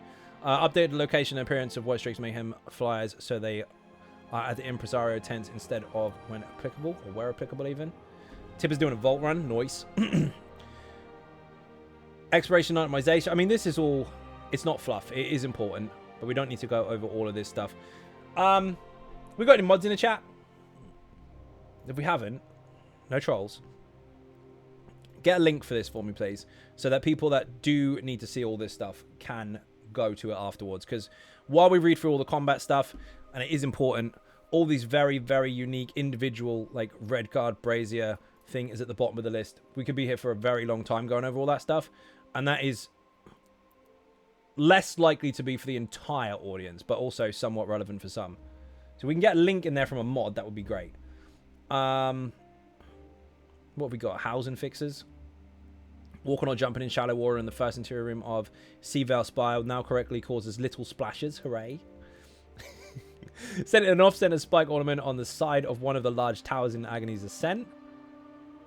There was a spike facing the wrong way, so they fixed it. Hot fucking stuff. This is the good shit we need. Corrected a seam between the Obsidian textures and the center door frames in Agony Ascent. See, this is all relevant. It is all bug reports. It is all things that does need to be fixed, and I'm glad they are fixing this thing. Especially scaled a small gap at the base of the rooftop dome in however the fuck you pronounce that, or sealed it even. People fall through gaps in the scenery all the time. It's not good. They have fixed this kind of stuff, so great. But we could be here for a very long time going into this stuff. Excuse me. Zone fixes, quest fixes, Alaka Desert fixes. Depths of Madness in Oridon fixes, Bankarai fixes, Cold Harbor. There's a lot of fixes. With chapters, it doesn't just come the new stuff. What also comes is a lot of base game optimization, altering even, balance changes, actual fixes to things that have been broken for a long time. It is a positive thing. It's just that there's so many individual ones that are extremely unique that going over them all would be a bit of a loss, and some people would just fall asleep in the chat. Plus, my voice is getting wrecked and I have to go soon. So I'm leaving earlier than usual, but I have started earlier than usual. We're going to read... Fuck, there's tons. There's fucking tons. Rich had to read all this. Gene had to write it. Fucking hell. UI fixes. Fixed an issue where some leaderboards would not show up the top 100 scores. Fixed an issue go to entrance button while previewing a house would partially overlap with purchase options. That's annoying. Fixed an issue where trying to use keybinds for antiquities tools while excavating could also move the selected title. Gameplay. Fixed an issue where certain item set procs could clear ability timers. Oops. Fixed an issue where ability timers could show up in the wrong bar. Fixed an issue where combat tip for interrupts only showed the keybinds to interrupt but didn't state what it would actually do. System mails have got better grammar. Done have had textual... What? Several system mails have good, better grammar. Done have had textual and grammatical errors fixed. Okay. But they leave the missing salty ropes and layer of master lock. I bet they do leave those out, dude, because they like you to fall through them. This is the best line ever. Several system mails have good, better grammar done, have had textual and grammatical errors fixed. The totally intentional misspelling of grammar, right? Nice E in there. That's brilliant. Gina probably didn't do much else than writing this for the past week or so. Yeah, and the rest. So, there are some minor alterations on the PTS versus what we did see on the preview server. Some very good ones, actually. There is going to be a fuck ton of testing from my part over the next few weeks. Obviously, builds are going to be approached and all the rest of it in preparation for when the patch actually comes out. But just a disclaimer for anyone watching, you will not get spoiler updates on my builds because I will wait until it's actually live before I give you the finished product. Because I don't want you to be bullshitted. I don't want to go, this is the next update, and it's not even released yet, and they change it before you've already fucking spent all your time farming for the shit you need. So build updates will happen once it goes live, but there will be YouTube videos about the in-between stuff, about the stuff I'm trying out, about the things we find, about potential changes, all that kind of stuff over the next few weeks will be shown. But if you are a secret ninja on Patreon, you will get more behind the scenes information about what's going on. And in the meantime, basically keep watching. We are going to be live tomorrow on the PTS server itself. PTS Public Test Server. Got that wrong. We will be on the PTS tomorrow on live stream, so you'll see some of that stuff. In the meantime, we are going to get a link for this. Bob's already got a link for you there. So there's the patch notes. If you want to go over them yourself in your own time, you can do. But a quick overview of the situation, apart from the fact we've got new content. The balance and changes towards sustainability of some abilities is not too bad. The Nightblade buffs to itself as far as single target content is, or single target damage is concerned. Bit of a game changer there, especially the empower side of things and everything. That's going to be a bit nuts because you might be able to utilize a skill that you didn't use that much before. Some of the sets, especially their application to them, is quite interesting.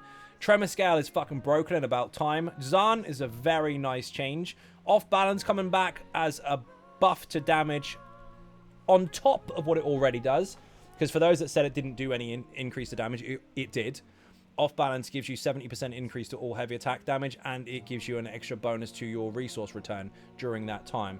The fact that they've now introduced a champion point node to further increase all damage done to it while it's off balance, which we did have before, just re-enhances that extra bonus to those of you that don't fully utilize the off balance bonuses, but can still get something from it. So that's nice as well. Dropping down the damage and resistances is not a negative in those particular nodes because other nodes have been boosted. And of course, we were hitting too fucking hard anyway, like I just put in the video recently. Flame stuff I still think is a little too high, but I can see where they're going with a DK debuff. But I think that'll still be altered somewhat. The mythic items, though, above all, some of these have got to change. Obviously, they give us the extreme thirst first, and then just bring it down and down and down gradually. But there's going to be a few mental clickbait videos out this week from all over the fucking world showing you just how nuts this shit is.